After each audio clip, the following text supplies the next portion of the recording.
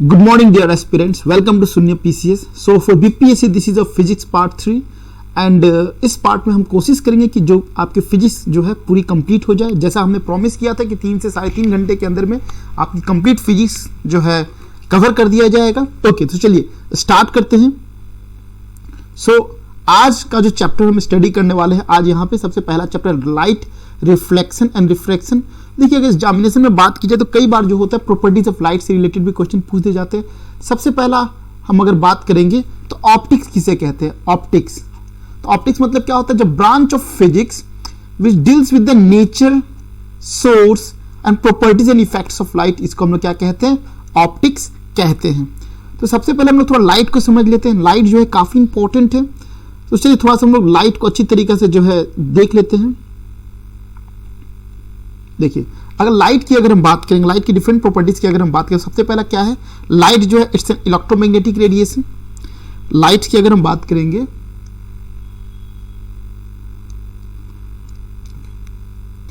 देखिए लाइट की अगर हम बात करें तो लाइट क्या है आपका? लाइट इज ए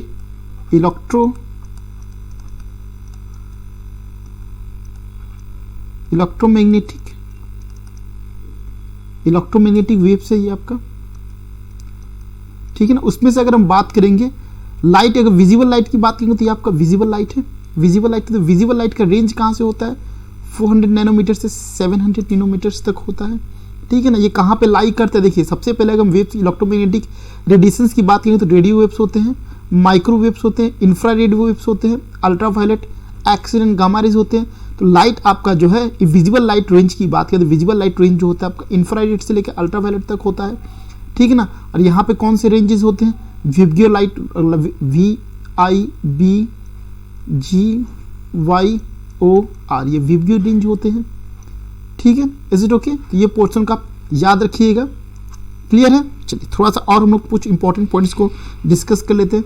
जैसा कि हमने लाइट को देखा, लाइट को भी स्टडी किया, तो कुछ और इंपॉर्टेंट पॉइंट जो है उससे हम लोग डिस्कस कर लेते हैं।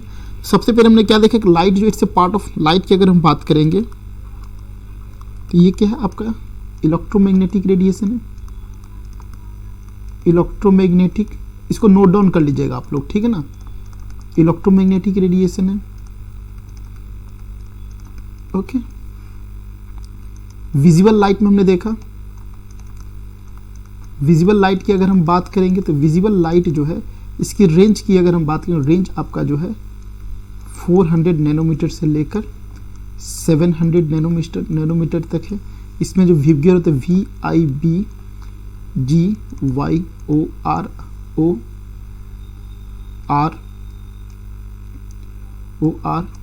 वॉयलेट का अगर हम बात करेंगे कि वॉयलेट की अगर वेवलेंथ क्या है, तो वॉयलेट का वेवलेंथ आप सबको पता है 400 नैनोमीटर तक है। और अगर रेड की बात करें तो रेड का कितना है? 700 नैनोमीटर तक है। तो इसका आपका क्या हाईएस्ट वेवलेंथ है? हाईएस्ट वेवलेंथ है। इसी कारण से जो है, जो डेंजर सिग्नल होता है, मैंने बताया था, डेंजर सिग्नल जो होता है वहाँ पे हम लोग किसका इस्तेमाल करते हैं? रेड लाइट का इस्तेमाल करते हैं। रीजन बिंग व्हाट, कि इसका हाईएस्ट वेवलेंथ है, तो मैंने कल बताया था हाईएस्ट वेवलेंथ होने से क्या होगा, ये जो आप इसे काफ़ी दूर तक देख सकते हो, मतलब इट ट्रेवल्स और कवर्स मोर डिस्टेंस, ठीक है ना।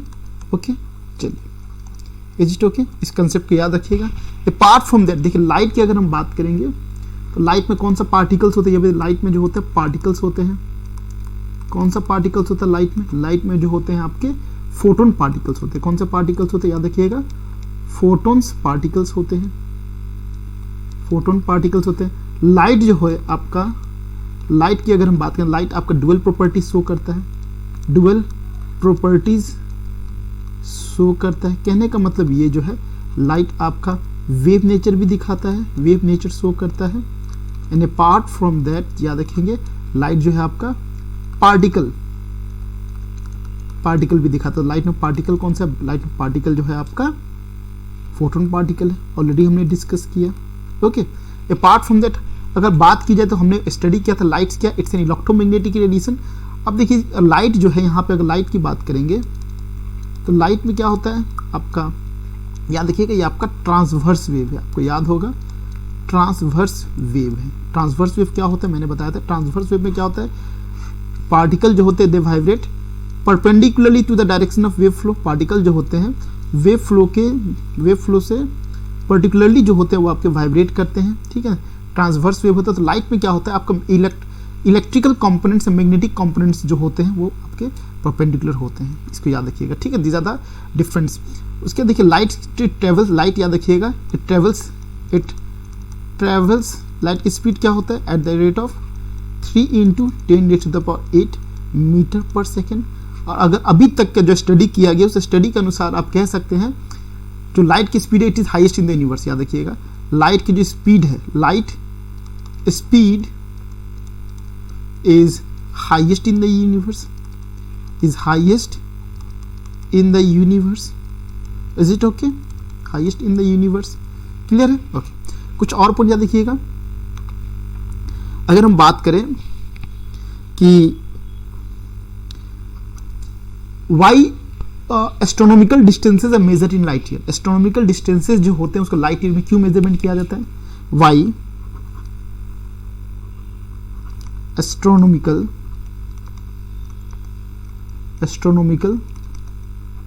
डिस्टेंस जो होते हैं they are measured in light year.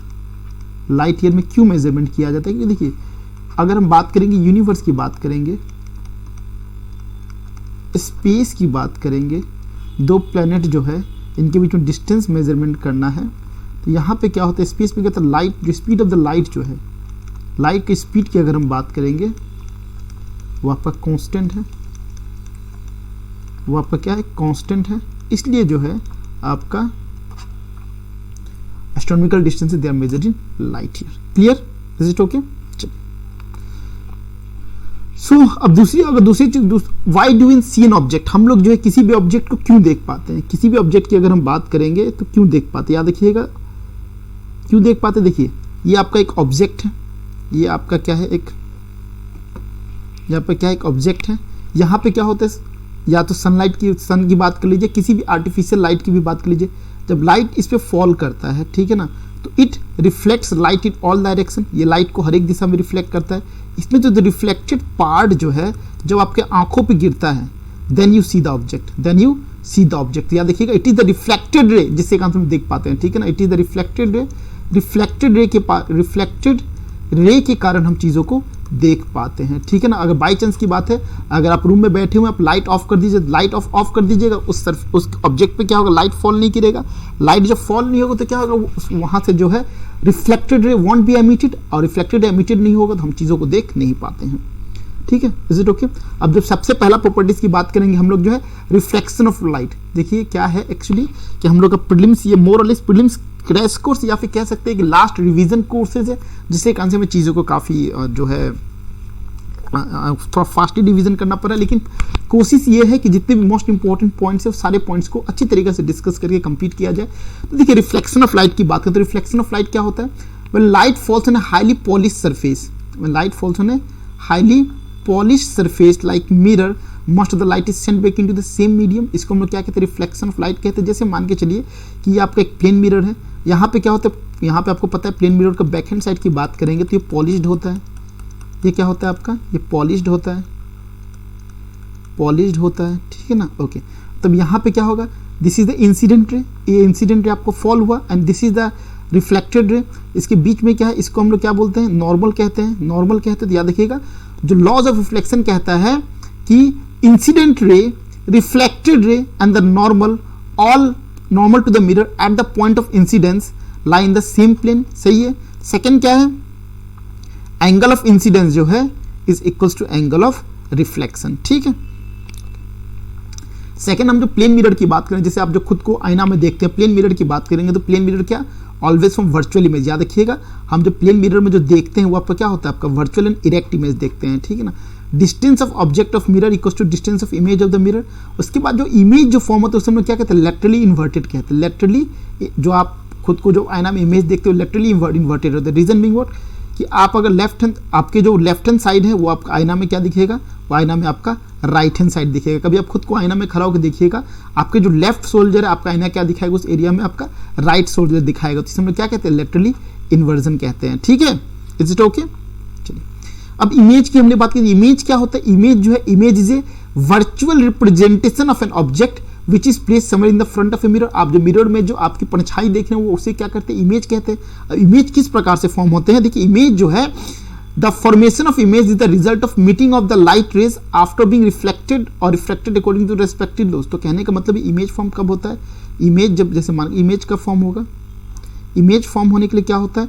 दो रेज को जो है मिलना होता है। दो रेज की अगर हम बात करेंगे, जो दो रेज मिलते तो यहाँ पे आपका इमेज फॉर्म होगा। यहाँ पे क्या होगा? इमेज फॉर्म होगा। जी ओके।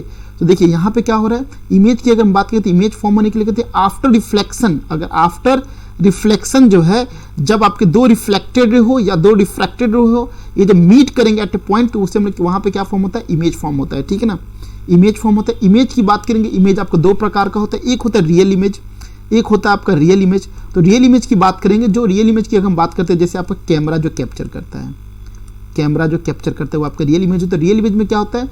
जो आपका रिफ्लेक्टेड रे है, देखिए रिफ्लेक्टेड रे जो है, they actually meet at a point, they actually meet at a point, यहाँ पे आपका रियल इमेज का फॉर्म होता है। और जो वर्चुअली मीट करते हैं, मतलब हम जो है बैक साइड पे जो है मीट करने की कोशिश कराते हैं, मतलब वर्चुअल, ये क्या आपका वर्चुअल मीटिंग है, virtual meeting of reflected ray, virtual meeting. तो यहाँ पे इमेज जो फॉर्म होता है आपका वर्चुअल इमेज फॉर्म होता है। ठीक है, चलिए अब हम लोग बात करेंगे स्फेरिकल मिरर क्या होता है। स्फेरिकल मिरर की अगर हम बात करेंगे तो देखिए, स्फेरिकल मिरर दो प्रकार के होते हैं, एक कनकेव मिरर होता है, एक आपका कन्वेक्स मिरर होता है। ठीक है ना, स्फेरिकल मिरर की अगर हम बात करते हैं तो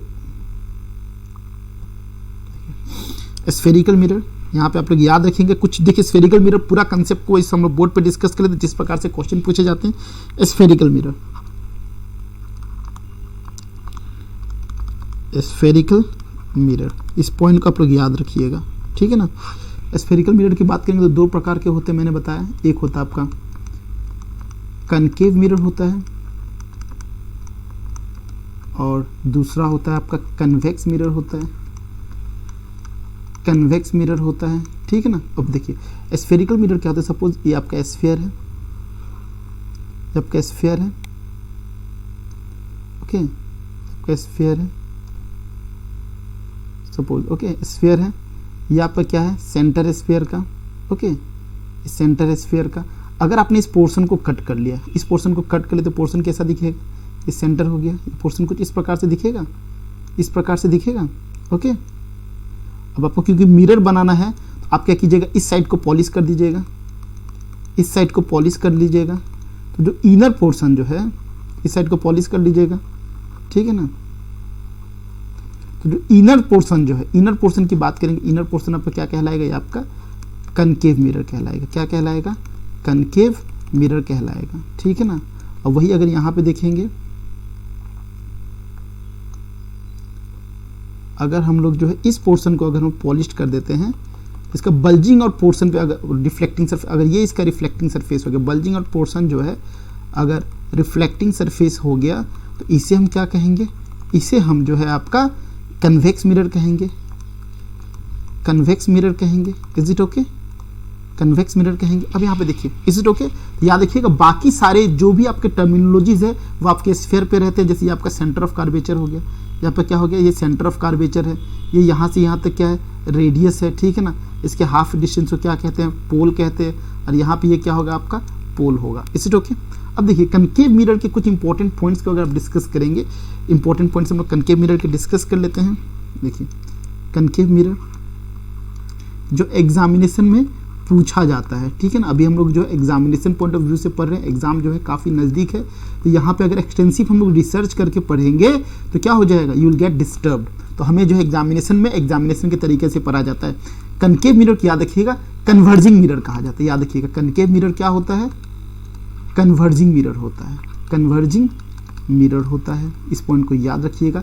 ये क्या होता है? लाइट को कन्वर्ज कर देता है, लाइट को कन्वर्ज कर देता है। ये आपका क्या फॉर्म करता है? रियल इमेज फॉर्म करता है, real and inverted image form करता है। ओके, इन्वर्टेड इमेज जो होता है वो फॉर्म करता है। और अगर हम जो है कन्वेक्स मिरर की अगर हम बात करेंगे, कन्वेक्स मिरर की बात करेंगे तो याद रखिएगा, इसे हम क्या कहते हैं? इसे हम डाइवर्जिंग मिरर कहते हैं, डाइवर्जिंग मिरर कहते हैं। और ये आपका क्या virtual and erect image form करेगा, क्या virtual and erect image form करेगा, इरेक्ट इमेज फॉर्म करेगा। Is it okay? अब इससे आपको जो है अंदाजा लगाना है कि एग्जामिनेशन में जो है डायरेक्टली क्वेश्चन पूछा जाता है कि कन्वर्जिंग मिरर किसे कहते हैं, तो कन्वर्जिंग मिरर किसे कहते हैं, कनकेव मिरर को कहते हैं, डाइवर्जिंग मिरर किसे, कन्वेक्स मिरर को कहते हैं। अपार्ट फ्रॉम दैट एप्लीकेशंस पूछ दिए जाते हैं, क्या पूछ दिए जाते हैं, एप्लीकेशंस पूछ दिए जाते हैं। अगर हम बात करेंगे यूजेस ऑफ कनकेव मिरर की बात करेंगे, देखिए आप लोग को याद हो जाएगा, यूजेस ऑफ कनकेव मिरर की बात करेंगे तो मैंने आप लोग को बताया कि कनकेव मिरर क्या है, ये आपका कन्वर्जिंग मिरर है, क्या है, कन्वर्जिंग मिरर है। तो कन्वर्जिंग मिरर होने के कारण क्या होगा, ये लाइट को कन्वर्ज करेगा। मतलब आपने जो देखा होगा मैग्नीफाइंग ग्लास की अगर हम बात करेंगे, मैग्नीफाइंग ग्लास जिसको हम लोग बचपन में यूज़ किया करते थे पेपर को बर्न करने के लिए, ठीक है ना। मैग्नीफाइंग ग्लास की अगर हम बात करेंगे तो मैग्नीफाइंग ग्लास में क्या होता है, मैग्नीफाइंग ग्लास में हम लोग क्या करते थे, मैग्नीफाइंग ग्लास में हम लोग कोशिश करते थे सूरज को एक पॉइंट पर केंद्रित करने के लिए। तो ये क्या होगा आपका, ये आपका क्या होगा, कन्वर्जिंग मिरर होगा। ये क्या होगा, कन्वर्जिंग, ठीक है ना। तो मैग्नीफाइंग लेंस होता है एक्चुअली, वो लेंस मैग्नीफाइंग लेंसेज होते हैं। तो मैग्नीफाइंग लेंसेज जो होते हैं वो हम लोग लेंस में स्टडी करेंगे, सॉरी मैग्नीफाइंग लेंसेज जो होते हैं लेंस में स्टडी करेंगे। देखिए अभी हम लोग जो है ऐसे मैग्नीफाइंग लेंसेज की हमने जो बात किया है, तो मैग्नीफाइंग लेंसेज जो होगा याद रखिए वो किससे बने होते हैं, कन्वेक्स लेंस से बने होते हैं, याद रखिएगा, ठीक है। उल्टा हो जाता है वहाँ पे, यहाँ जो कनकेव मिरर का प्रॉपर्टी है it will be taken by the convex lens, वहाँ देखेंगे। देखिए अब हम लोग कनकेव मिरर की बात करें, कनकेव मिरर कहाँ, आपने जो is use as a reflector in the headlight of vehicles, तो अपने जो आपके कार वगैरह के जो हेडलाइट्स होते हैं, ठीक है ना, हेडलाइट्स वगैरह होते हैं, तो ये क्या, इनको जो है फोकस करना होता है एक जगह पे।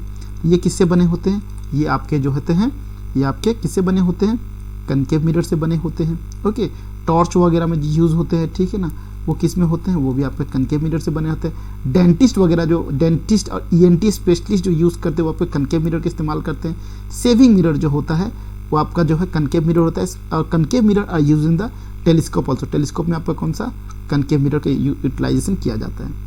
अब अगर हम कन्वेक्स मिरर की बात करेंगे तो कन्वेक्स मिरर क्या होता है आपका, इसे हम लोग क्या कहते हैं, डाइवर्जिंग मिरर कहते हैं, डाइवर्जिंग मिरर कहते हैं। इसका प्रयोग कहाँ होता है, आपके जो कार में आपने देखा होगा, कार की अगर हम बात करें तो कार के जो फ्रंट की अगर बात करें तो यहाँ पे जो मिरर रहता है उसे हम लोग क्या कहते हैं, उसे हम लोग रियर मिरर कहते हैं। तो यहाँ पे जो इमेजेस जो दिखते हैं आप लोग, वो कौन सा इमेजेस होता है, वो आपका कौन सा इमेज होता है, वर्चुअल एंड इरेक्ट इमेज होता है। लेकिन काफ़ी definite virtual and erect image होता है ना, लेकिन वो जो रहता है काफ़ी छोटा साइज होता है, डिमिनिश्ड इन साइज होता है, डिमिनिश्ड इन साइज होता है।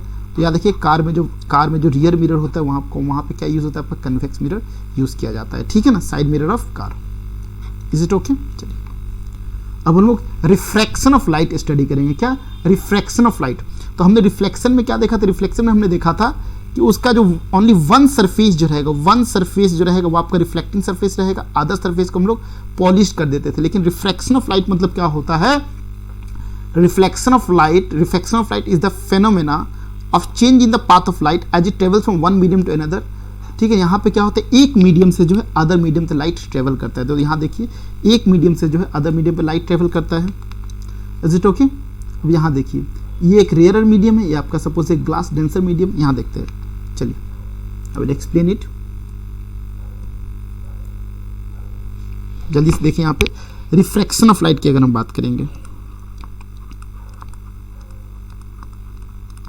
रिफ्रैक्शन ऑफ लाइट, यहाँ पे कुछ इंपॉर्टेंट पॉइंट्स है जो एग्जामिनेशन में पूछे गए हैं।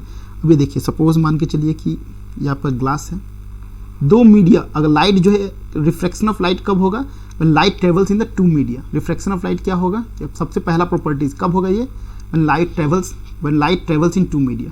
व्हेन, सबसे पहला point, when light travels in two medium, दो मीडियम में लाइट ट्रेवल्स करेगा तो, ठीक है ना। अब यहाँ देखिए ये क्या है आपका, सपोज ये कौन सा मीडियम है, ये आपका ग्लास है, और ये आपका क्या है, एयर मीडियम है, एयर मीडियम। चलिए इस कंसेप्ट को एक चीज़ से रिलेट करने की कोशिश करेंगे हम। सपोज आप अगर बाइक चला रहे हैं, ठीक है ना, और अगर बाइक जो है आप अगर खाली रास्ता में, सपोज बाइक जो है आप खाली रास्ता में चलाते हैं तो क्या होता है, बाइक की स्पीड तेज हो जाती है। वही बाइक अगर जो है काफ़ी कंजेस्टेड एरिया में चलाते हैं तो बाइक की स्पीड स्लो हो जाती है। Is it okay? तो इसका कहने का मतलब यह है कि जब खाली रास्ता में बाइक चलाते हैं तो बाइक की स्पीड तेज होती है, और वही बाइक आप भीड़ में लेके जाते हैं तो बाइक की स्पीड स्लो हो जाती है। कंसेप्ट को याद रखेंगे आप। चलिए इस कंसेप्ट से आप ये लिख सकते हैं। इस कंसेप्ट से दूसरा सेकंड मोस्ट इंपॉर्टेंट कंसेप्ट याद रखिएगा, जब लाइट आपका रेयरर टू डेंसर मीडियम में जाएगा तो क्या होगा, लाइट आपका रेयरर टू डेंसर मीडियम में जाएगा। Are you getting my point? मतलब रेयरर मीडियम मतलब क्या होता है, रेयरर जहां डेंसिटी कम होती है ना, तो रेयरर मीडियम क्या हो गया आपका खाली रास्ता हो गया, और खाली रास्ता से डेंसर मीडियम में भीड़ में चला जाएगा तो उसका स्पीड क्या हो जाएगा, स्पीड डिक्रीज हो जाएगा, स्पीड डिक्रीजेस, स्पीड कम हो जाएगा। मैंने आपको बताया स्पीड कम हो जाएगा तो क्या होगा, इट विल कूदाफानी कम करेगा, so it will move towards the normal, it will move towards the normal. याद रहेगा आपको, काफी इजी कंसेप्ट, टुवर्ड्स नॉर्मल। समझ गए? जब आपका रेयरर खाली रास्ता से किसमें जाएगा, भीड़ वाले रास्ते में जाएगा, स्पीड कम हो जाएगा तो it will move towards the normal. Concept तीसरा कंसेप्ट को याद रखेंगे सब पीपीटीज में, डोंट वरी। लाइट जब आपका डेंसर से रेयर मीडियम में जाएगा, मतलब भीड़ वाला रास्ता से जब लाइट आपका कहाँ जाएगा, खाली रास्ता में रेयर मीडियम में जाएगा तो स्पीड इंक्रीज हो जाएगा, स्पीड जो है इंक्रीज हो जाएगा। और स्पीड इंक्रीज होगा तो क्या होगा, it will move away from the normal, it will move away from the normal. Is it okay? From the normal, ठीक है, इज इट ओके? चलिए अब यहां देखते हैं, ये आपका एयर क्या है, एयर आपका रेयर मीडियम है, ग्लास क्या है आपका डेंसर मीडियम है। अब देखिए लाइट यहां पे फॉल हुआ, suppose this is the incident light, incident light है, ओके। लाइट को एक्चुअली आपको इस प्रकार से निकलना था, इस तरीके से जाना था, ठीक है ना, लेकिन लाइट जो है, क्लियर है,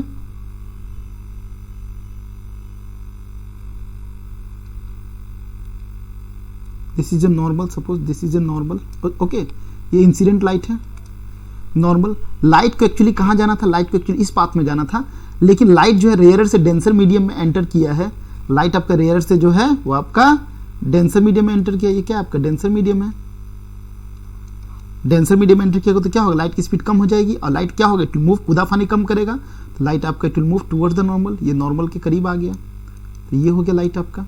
फिर ये ऐसे एंटर करेगा, ऐसे जा रहा है, ठीक है, इसको निकलना चाहिए था ऐसे, ऐसे निकलना चाहिए था, लेकिन मैंने क्या बताया, जब लाइट आपका, ये अब कौन सा मीडियम है, डेंसर मीडियम है, अब ये किस मीडियम में आ रहा है, रेयर मीडियम में आएगा तो क्या होगा, स्पीड इसकी बढ़ जाएगी, स्पीड बढ़ जाएगी तो कूदाफानी ज़्यादा करेगा, इस ये जो है आपका इधर निकलेगा, तो it will move away from the normal. Is it okay? ये कंसेप्ट याद रहेगा। अब यहाँ पे क्या होता है, देखिए यहाँ पे भी लॉज ऑफ रिफ्लेक्शन में, लॉज ऑफ रिफ्लेक्शन की बात करेंगे तो लॉज ऑफ रिफ्लेक्शन क्या कहता है, लॉज ऑफ रिफ्लेक्शन की बात करेंगे तो देखिए incident ray, normal and the reflected all line the same plane, और यहाँ पे जो है sine of the angle of incidence, ये आपका साइन ऑफ द एंगल, ये क्या आपका एंगल ऑफ इंसिडेंस है, ये एंगल ऑफ रिफ्लेक्शन है। तो सेकंड आपको लॉज की बात करेंगे तो लॉज में यहाँ पे क्या कहता है, पहला तो बता ही दिया, सेकंड लॉ जो है sine of angle of incidence जो है to the sine of angle of reflection जो होता है वो कांस्टेंट होता है, इस कांस्टेंट को हम लोग म्यू से रिप्रेजेंट करते हैं। इस म्यू को क्या कहते हैं हम लोग, रिफ्रैक्टिव इंडेक्स कहते हैं, रिफ्रैक्टिव इंडेक्स कहते हैं, ठीक है, इज इट ओके? तो sine of angle of incidence, angle of reflection है, फिर यहाँ पे क्या होगा, यहाँ पे फिर क्या हो जाएगा आपका एंगल ऑफ इंसिडेंस होगा, एंगल ऑफ रिफ्लेक्शन होगा। Is it okay? याद रखेंगे तो वो कंसेप्ट याद रहेगा। चलिए एक और एग्जामिनेशन में पीएससी में 2-3 बार ये क्वेश्चन पूछा गया है। इस अगर हम बात करेंगे रिफ्रैक्शन ऑफ लाइट की, अगर हम बात करेंगे रिफ्रैक्शन ऑफ लाइट की बात करेंगे तो आपने देखा स्पीड वेरिएबल है, यहाँ पे स्पीड तो वेरी कर रहा है, यहाँ पे स्पीड आपका क्या हो जाए, डेंसर मीडियम में एंटर करेगा तो स्पीड कम हो जा रहा है, रेयर मीडियम में एंटर करके तो स्पीड इंक्रीज हो जा रहा है।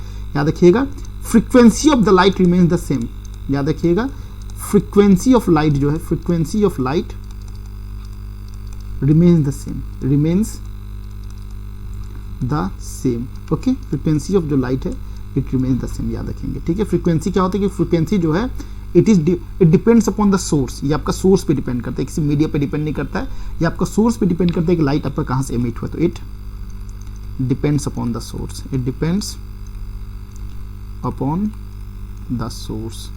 Is it okay? चलिए तो ये देखिए रिफ्रैक्शन ऑफ लाइट को हमने काफ़ी अच्छी तरीके से डिस्कस कर लिया, सारी चीज़ें यहाँ पे मेंशन है।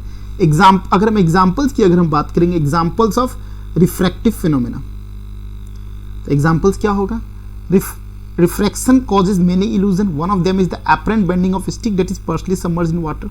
आपने देखा होगा कि अगर आप जो है सपोज ये पानी है सपोज, ठीक है ना, ये पानी है, पानी में आपने जो स्टिक जो है डीप किया है, स्टिक इस तरीके से डीप किया है, लेकिन जब आप स्टिक को देखेंगे तो स्टिक आपका कुछ इस प्रकार से दिखेगा, स्टिक आपका थोड़ा अपर पोर्शन में दिखेगा, है ना स्टिक। ये क्यों हो रहा है? बिकॉज ऑफ, इसे हम लोग क्या कहते हैं, ऑप्टिकल इल्यूजन कहते हैं, ऑप्टिकल इल्यूजन कहते हैं, ठीक है ना। ओके उसी प्रकार से जो है अगर आप अगर जो फिश टैंक की बात करेंगे, जो एक्वेरियम की बात करेंगे, तो एक्वेरियम में जो फिश जो है इस हाइट पे रहेगा, लेकिन आपको थोड़ा सा अपर हाइट पे दिखेगा। इट इज़ बिकॉज ऑफ, ये सबको हम लोग क्या कहते हैं, ये सब सारी चीज़ आपका रिफ्रैक्शन के कारण हो रहा है। उसके बाद जो टोटल इंटरनल रिफ्लेक्शन की बात करते हैं, काफ़ी इंपॉर्टेंट है, इसके एप्लीकेशन एग्जामिनेशन में कई बार पूछे गए। टोटल इंटरनल रिफ्लेक्शन क्या होते हैं, ठीक है ना, टोटल इंटरनल रिफ्लेक्शन क्या होते हैं। चलिए इस कंसेप्ट को थोड़ा समझिएगा, ठीक है, काफ़ी इंपॉर्टेंट कंसेप्ट है total internal reflection. Total internal reflection की अगर मैं बात करता हूं तो आपको पता है, मैंने एक चीज़ बताया था, क्या बताया था याद है आपको? जब when light travels from denser से rarer medium, light travels from denser to rarer medium, क्या होगा? स्पीड बढ़ जाएगी, स्पीड इंक्रीजेस तो क्या होगा? रिफ्रैक्टेड रे होगा, क्या होगा?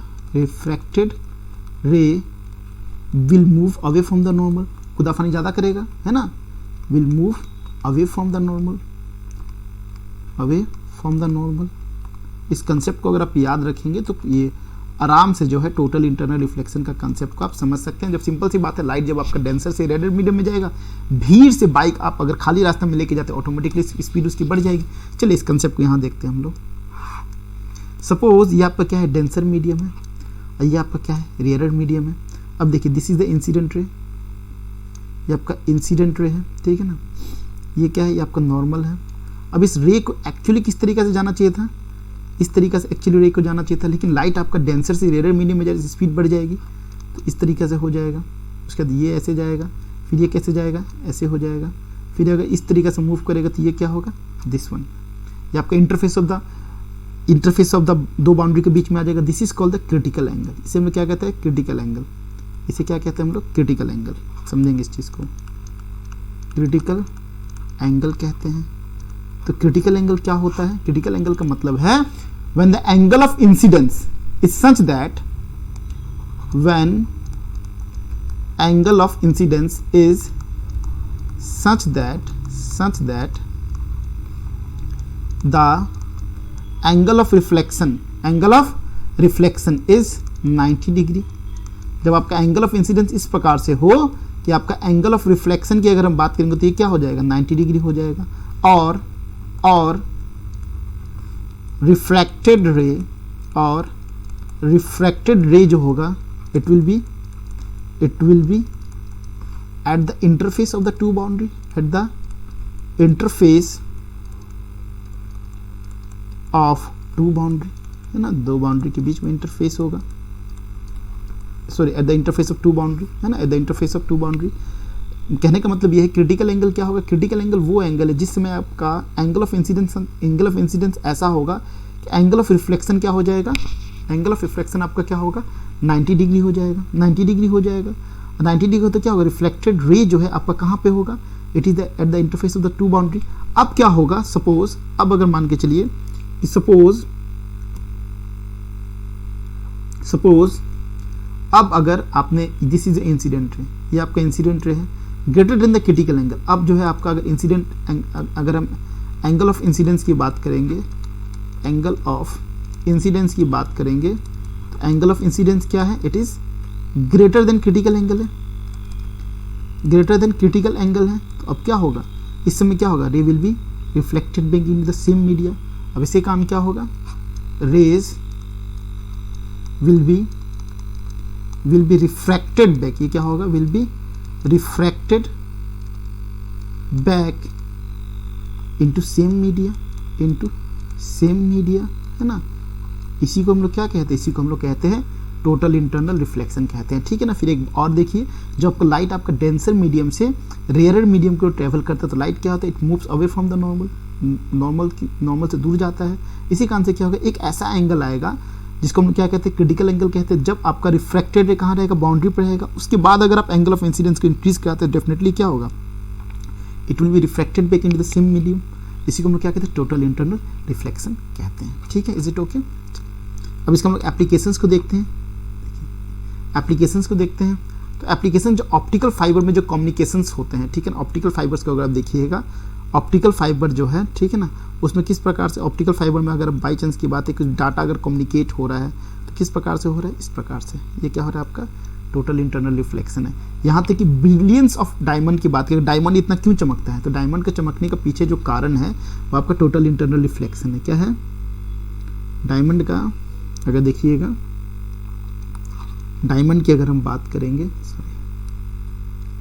अगर हम डायमंड की बात करते हैं, सो डायमंड का सब कुछ इस प्रकार से होता है। सपोज मेरी डायग्राम उतनी अच्छी नहीं है, सो डायग्राम सपोज इसका अगर क्रिटिकल एंगल की बात करेंगे, क्रिटिकल एंगल की अगर हम बात करेंगे, बताइए डायमंड का जो है, डायमंड का क्रिटिकल एंगल कितना होता है, मुझे बता सकते हैं आप लोग, बताइए डायमंड का क्रिटिकल एंगल कितना होता है। एनीवन, पढ़ा तो होगा आप लोगों ने डेफिनेटली, बताइए एग्जैक्टली जो है डायमंड का क्रिटिकल एंगल कितना होता है, बताएं। देखिए एग्जामिनेशन में, एग्जामिनेशन की अगर बात करेंगे तो एग्जामिनेशन में पूछा गया आपसे, कई बार जो है आपसे पूछा गया डायमंड का क्रिटिकल एंगल एग्जैक्टली कितना होता है, ठीक है ना। तो इससे आप लोग एक बार देख लीजिएगा कि डायमंड का क्रिटिकल एंगल कितना होता है। It is less than 24 degree. Diamond के क्रिटिकल एंगल की बात करेंगे, डायमंड की क्रिटिकल एंगल क्या है, it is less than 24 degree, याद रखेंगे, ठीक है ना। इसका याद रखिएगा, I do not remember the exact value, इसका याद रखिएगा, लेस देन 24 डिग्री होता है। अब क्या होगा, बाई चांस के बाद ध्यान से देखिए, लाइट यहाँ पे एंटर किया, ये इस सरफेस को स्ट्राइक किया, सब स्ट्राइक किया, आपका क्या होगा, टोटल इंटरनल रिफ्लेक्शन हो रहा है। सब जगह क्या हो रहा है, टोटल, तो जहाँ भी टोटल इंटरनल रिफ्लेक्शन हो रहा है वहाँ पे आपको क्या, यहाँ पे बिलियंस देखने को मिलेगा, ठीक है ना, चमकता हुआ देखने को मिलेगा। तो डायमंड भी जो है ये भी आपका टोटल इंटरनल रिफ्लेक्शन के कारण ही आपका चमकता है। Is it okay. चलिए मिराज की बात करेंगे, मृग तृष्णा की बात करेंगे। आपने देखा होगा, मृग तृष्णा कहने का मतलब है कि आपने देखा होगा डेजर्ट में, डेजर्ट की अगर हम बात करें तो डेजर्ट में क्या होता है, डेजर्ट में आपने देखा होगा कि सपोज ये एक आपका पेड़ है, सपोज, ठीक है ना, ये पेड़ है आपका, और इसका शैडो जो है, इसकी शैडो यहाँ पे फॉर्म हो रहा है, और कोई दूर से कोई ट्रेवलर आ रहा है तो इसको इसको ये दिखाई देगा, ठीक है ना। ये क्या है, इसकी शैडो है, इसका क्या है, शैडो है, ओरिजिनल नहीं है, शैडो है। ये शैडो क्यों फॉर्म हो रहा है, because of total internal reflection. इसे हम क्या कहते हैं, मृग तृष्णा कहते हैं। तो एग्जामिनेशन में पूछा जाएगा मिराज कैसे फॉर्म होता है, मिराज जो है टोटल इंटरनल रिफ्लेक्शन के कारण होता है, ठीक है ना। ये आपका क्या है, ये आपका देखिए यहाँ पे मैंने बताया है, ये जो देख रहे हैं ये इसका क्या है, ये इसका आपका शैडो है।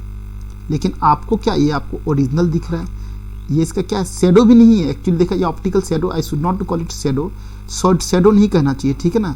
इसको शैडो नहीं कह सकते हम लोग, इसको हम लोग देखिए एक्चुअली क्या है, ये देखिए ट्रेवलर्स जो है because of total internal reflection, देख रहे हैं ना, टोटल इंटरनल रिफ्लेक्शन, ये जो यहाँ से जो आपके रेज जो आ रहे हैं ये ट्रेवलर को इस तरीके से पहुँच रहे हैं, और आपको पता है कि लाइट की अगर हम बात करेंगे, लाइट जो है it always travels in straight line. Light जो है याद रखिएगा, light travels in a straight line, इसे हम लोग क्या कहते हैं, इसे हम लोग rectilinear propagation path, rectilinear propagation कहते हैं। और आपको मैंने बताया था हम लोग कोई भी चीज़ क्यों देख पाते हैं, कोई भी चीज़ हम इसलिए देखते हैं क्योंकि वहाँ पे रिफ्लेक्टेड गिरता है, और रिफ्लेक्टेड रे की बात करेंगे तो रिफ्लेक्टेड है आपका ये है, दिस इज द, ये रिफ्लेक्टेड है हमारे ट्रेवलर का। तो रिफ्लेक्टेड रे को जब हम ट्रेस करेंगे तो ये कहाँ जाएगा, रिफ्लेक्टेड रे इस पोर्शन में जाएगा रिफ्लेक्टेड रे, तो यहाँ पे हमें इमेज दिखेगा, यहाँ दिखेगा, ठीक है ना। ये क्या होगा, इमेज नहीं दिखेगा, ये हमें दिखेगा ट्री हमें कहाँ दिखेगा, ट्री हमें इस पोजीशन में दिखेगा। क्यों, जब हम रिफ्लेक्टेड रे को एक्सटेंड करेंगे स्ट्रेट पाथ, रिफ्लेक्टेड रे जो है जब उसे हम एक्सटेंड करेंगे स्ट्रेट पाथ में तो हमें जो है यहाँ पे दिखेगा, ठीक है ना।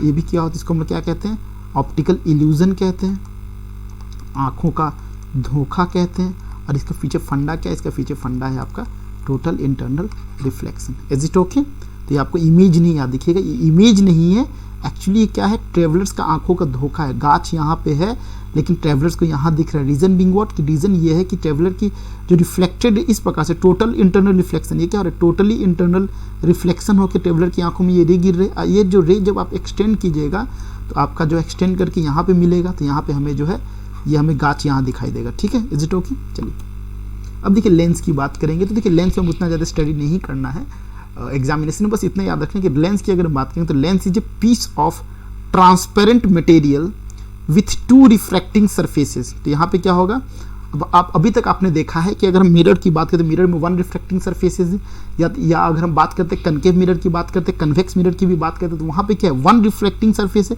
लेकिन यहाँ पे क्या होगा, दोनों साइड आपका रिफ्रैक्टिंग सरफेसेस होगा, ठीक है। रिफ्रैक्टिंग सरफेसेस, रिफ्रैक्टिंग याद रखिएगा, रिफ्लेक्टिंग नहीं है, क्या है आपका रिफ्रैक्टिंग है। यहाँ पे देखिए क्या होगा, रिफ्रैक्टिंग लाइट जो है आपका आर पार हो सकता है, ठीक है ना। इसे हम क्या कहते हैं, रिफ्रैक्टिंग कहते हैं। ओके चलिए, so light is a piece of transparent material with two a lens is a piece of transparent material with two refracting surfaces such that at least one is curved and the other refracting and refractive index used material is different from the surrounding। देखिए दो प्रकार के lens होते हैं, समझेंगे चीज़ को। एक होता है कन्वेक्स लेंस होता है, एक आपका कनकेव लेंस होता है, ठीक है ना। लेंस की अगर हम बात करेंगे एग्जामिनेशन पॉइंट ऑफ व्यू से आप इतना समझ लीजिए काफ़ी होगा। अगर हम बात करेंगे लेंस की, अगर हम बात करते हैं लेंस की, अगर हम बात करते हैं तो लेंस आपके दो प्रकार के हैं। एक होता है आपका कनकेव लेंस, एक होता है आपका कन्वेक्स लेंस। देखिए एक होता है आपका कन्वेक्स लेंस, इसको याद कर लीजिए। तो कन्वेक्स लेंस होगा, इसको आपने मिरर में कन्वर्ट करना, तो ये क्या होगा, कन्वेक्स लेंस की जो प्रॉपर्टीज जो होगी ना, प्रॉपर्टीज होगी वो किससे मिल करेगी, अपोजिट हो जाइए आप, इससे मिल करेगी कनकेव मिरर से मिल करेगी। किससे, कनकेव मिरर से। अब याद कीजिए कनकेव मिरर क्या है आपका, कनकेव मिरर आपका याद है कन्वर्जिंग मिरर है, कन्वर्जिंग मिरर है। इस पॉइंट को याद रख लीजिएगा, काफ़ी है। तो कन्वर्जिंग में तो कन्वेक्स लेंस क्या प्रॉपर्टी शो करेगा आपका, कन्वर्जिंग मिरर का शो करेगा। और वही अगर हम बात करेंगे आपका कनकेव मिरर की बात करते हैं, तो कनकेव लेंस की बात करते हैं, तो कनकेव लेंस जो है आपका किसका प्रॉपर्टी शो करेगा, वो आपका प्रॉपर्टी शो करेगा आपका कन्वेक्स लेंस, कन्वेक्स मिरर का। तो कन्वेक्स मिरर क्या होता है आपके, डाइवर्जिंग होते हैं, डाइवर्जिंग होते हैं। तो ये क्या हो जाएगा आपका डाइवर्जिंग मिरर शो करेगा, ठीक है। चलिए अब देखिए यूज जो है, यूजेस, अब यूजेस के लिए हमने पढ़ा है। तो कन्वेक्स लेंस याद कीजिए, कन्वेक्स लेंस मतलब क्या, उल्टा कनकेव मिरर। कनकेव मिरर क्या था, कन्वर्जिंग मिरर था, लाइट को कन्वर्ज करेगा। तो कहाँ होगा, किसके तौर पे, मैग्नीफाइंग ग्लास के तौर पे यूज होगा, हमने बताया था आपको। सर्च लाइट जो होते हैं, जो हम लोग यूज़ करते हैं दूर तक देखने के लिए, वो क्या होता है, वो पैरेलल बीम ऑफ लाइट करता है ना। तो इसलिए हम लोग काफ़ी दूर तक देख पाते हैं। वही अगर लाइट अगर डाइवर्ज होना शुरू हो जाएगा तो हम ज़्यादा दूर तक नहीं देख पाएंगे। तो सर्च लाइट में भी आपका किसका यूज़ होता है, आपका कन्वेक्स लेंस का यूज़ होता है। स्पॉट लाइट्स में भी होता है। माइक्रोस्कोप की बात करेंगे, टेलीस्कोप की बात करेंगे, सभी जगह आपका जो है कन्वेक्स लेंस का प्रयोग किया जाता है। कनकेव लेंस मैंने बताया था जो है, कनकेव लेंस जो है इसका प्रयोग आपका गैलीलियन टेलीस्कोप के तौर पर किया जाता है कि कनकेव लेंस जो है ये क्या होता है आपका डाइवर्जिंग होता है, ठीक है। Is it okay. चलिए अब जो है हम थोड़ा स्टडी करने वाले हैं लाइट एंड द ह्यूमन आई को। तो ये काफ़ी इंपॉर्टेंट है, तो आप लोग थोड़ा सा फोकस हो जाइए यहाँ पे, सभी बच्चे फोकस हो जाए, थोड़ा सा हम लोग समझ लेते हैं। Is it okay. चलिए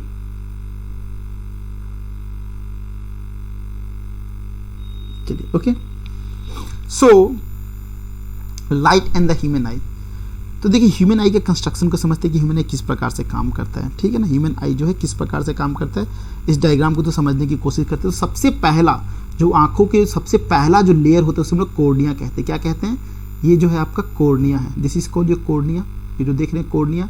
कॉर्निया के बाद जो होता है लाइट, फिर कॉर्निया सबसे पहले लाइट कहाँ एंटर करते हैं, कॉर्निया में एंटर करते हैं। उसके बाद यहाँ पे क्या होता है, पुपिल होता है। यहाँ पे क्या होता है, पुपिल होता है। ये क्या है आपका पुपिल, पुपिल के थ्रू ही आपका लाइट एंटर करता है, पुपिल के थ्रू लाइट एंटर करता है। लेकिन पुपिल को जो है आपका एक मस्कुलर डायफ्राम जो होता है कंट्रोल करता है। इसको हम लोग क्या कहते हैं, इस मस्कुलर डायफ्राम को हम लोग क्या कहते हैं, इरिस कहते हैं। इरिस कहते हैं। फिर पुपिल के थ्रू जो है लाइट आपका कहाँ एंटर करता है, लेंस के थ्रू। ये आपका लेंस है, हमारे आंखों में भी क्या होता है, लेंस होता है, ठीक है ना। फिर लेंस से एंटर करता है। लेंस में क्या लगे होते हैं, आपके सिलियरी मसल्स होती है। ये जो आप जो देख रहे हैं ये आप पे क्या होते हैं, सिलियरी मसल्स होते हैं, सिलियरी मसल्स होते हैं, ठीक है ना, सिलियरी मसल्स होते हैं। तो सिलियरी मसल्स की बात करेंगे तो सिलियरी मसल्स क्या करते हैं, सिलियरी मसल्स जो होते हैं they accommodate the lens. Ciliary muscles क्या करते हैं, सिलियरी मसल्स की बात करेंगे तो ये आपका लेंस को एकोमोडेट करते हैं। क्या करते हैं, लेंस को जो है, लेंस को एकोमोडेट करते हैं। एकोमोडेट करने का मतलब क्या हुआ, एकोमोडेट करने वक्त लेंस की जो फोकल लेंथ होती है ना, फोकल लेंथ इंक्रीज करते हैं या फिर इसे डिक्रीज करते हैं, ठीक है ना। उसके बाद जो है लाइट आपका कहाँ जाता है, लाइट आपका जो है रेटिना पे फॉल होता है। ये आपका रेटिना है। तो रेटिना पे क्या होता है, बहुत सारे लाइट सेंसिटिव सेल्स होते हैं। क्या होते हैं, बहुत सारे जो है लाइट सेंसिटिव सेल्स होते हैं। तो लाइट जब इस पर स्ट्राइक करता है तो लाइट जो आपके लाइट सेंसिटिव सेल्स जो है वो आपके इलेक्ट्रिकल सिग्नल जनरेट करते हैं। ये इलेक्ट्रिकल सिग्नल जो है आपका ऑप्टिकल नर्व्स के थ्रू कहाँ पे जाता है, ब्रेन पे जाता है। अब ब्रेन जो है आपका फिर इमेज बनाता है जिसको हम लोग देख पाते हैं। Is it okay. चलिए एक बार और हम लोग देख लेते हैं, थोड़ा सा इसे एक बार और देख लेते हैं हम लोग, ठीक है। चलिए ओके। सो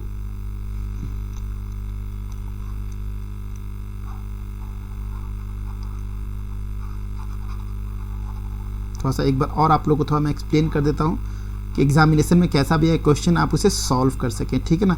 देखिए समझाने की कोशिश कर रहे हैं, लेकिन वही है कि थोड़ा सा प्रीलिम्स क्रैश कोर्स है तो हमें जो है टाइम की थोड़ा सा कांस्टेंट है, आपको भी पता है। अगर इसी चीज़ को मैं 1 घंटा में समझाऊं तो अभी समय में आप भी इंटरेस्टेड नहीं होंगे। देखिए सो लाइट जो है सबसे पहला जो आंखों का लेयर होता है that is called cornea. Light यहाँ से एंटर करता है।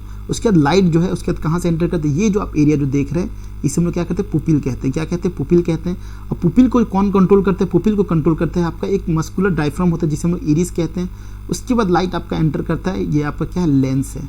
और लेंस को रेगुलेट करने के लिए, कंट्रोल करने के लिए ये आपका क्या होता है, ये आपका जो है सिलियरी मसल्स, इसे क्या कहते हैं हम लोग, सिलियरी मसल्स कहते हैं। सिलियरी मसल्स बेसिकली क्या करता है, एकोमोडेट करता है। ये मसल जो है, ये जो आपका लेंस जो है इसे पतला करता है, मोटा करता है। पतला मोटा करने से क्या होगा, जब लेंस को जब पतला कीजिएगा, जब स्ट्रेच हो जाएगा, लेंस पतला हो जाएगा, तो लेंस पतला हो जाएगा, उसका फोकल लेंथ क्या हो जाएगा, बढ़ जाएगा।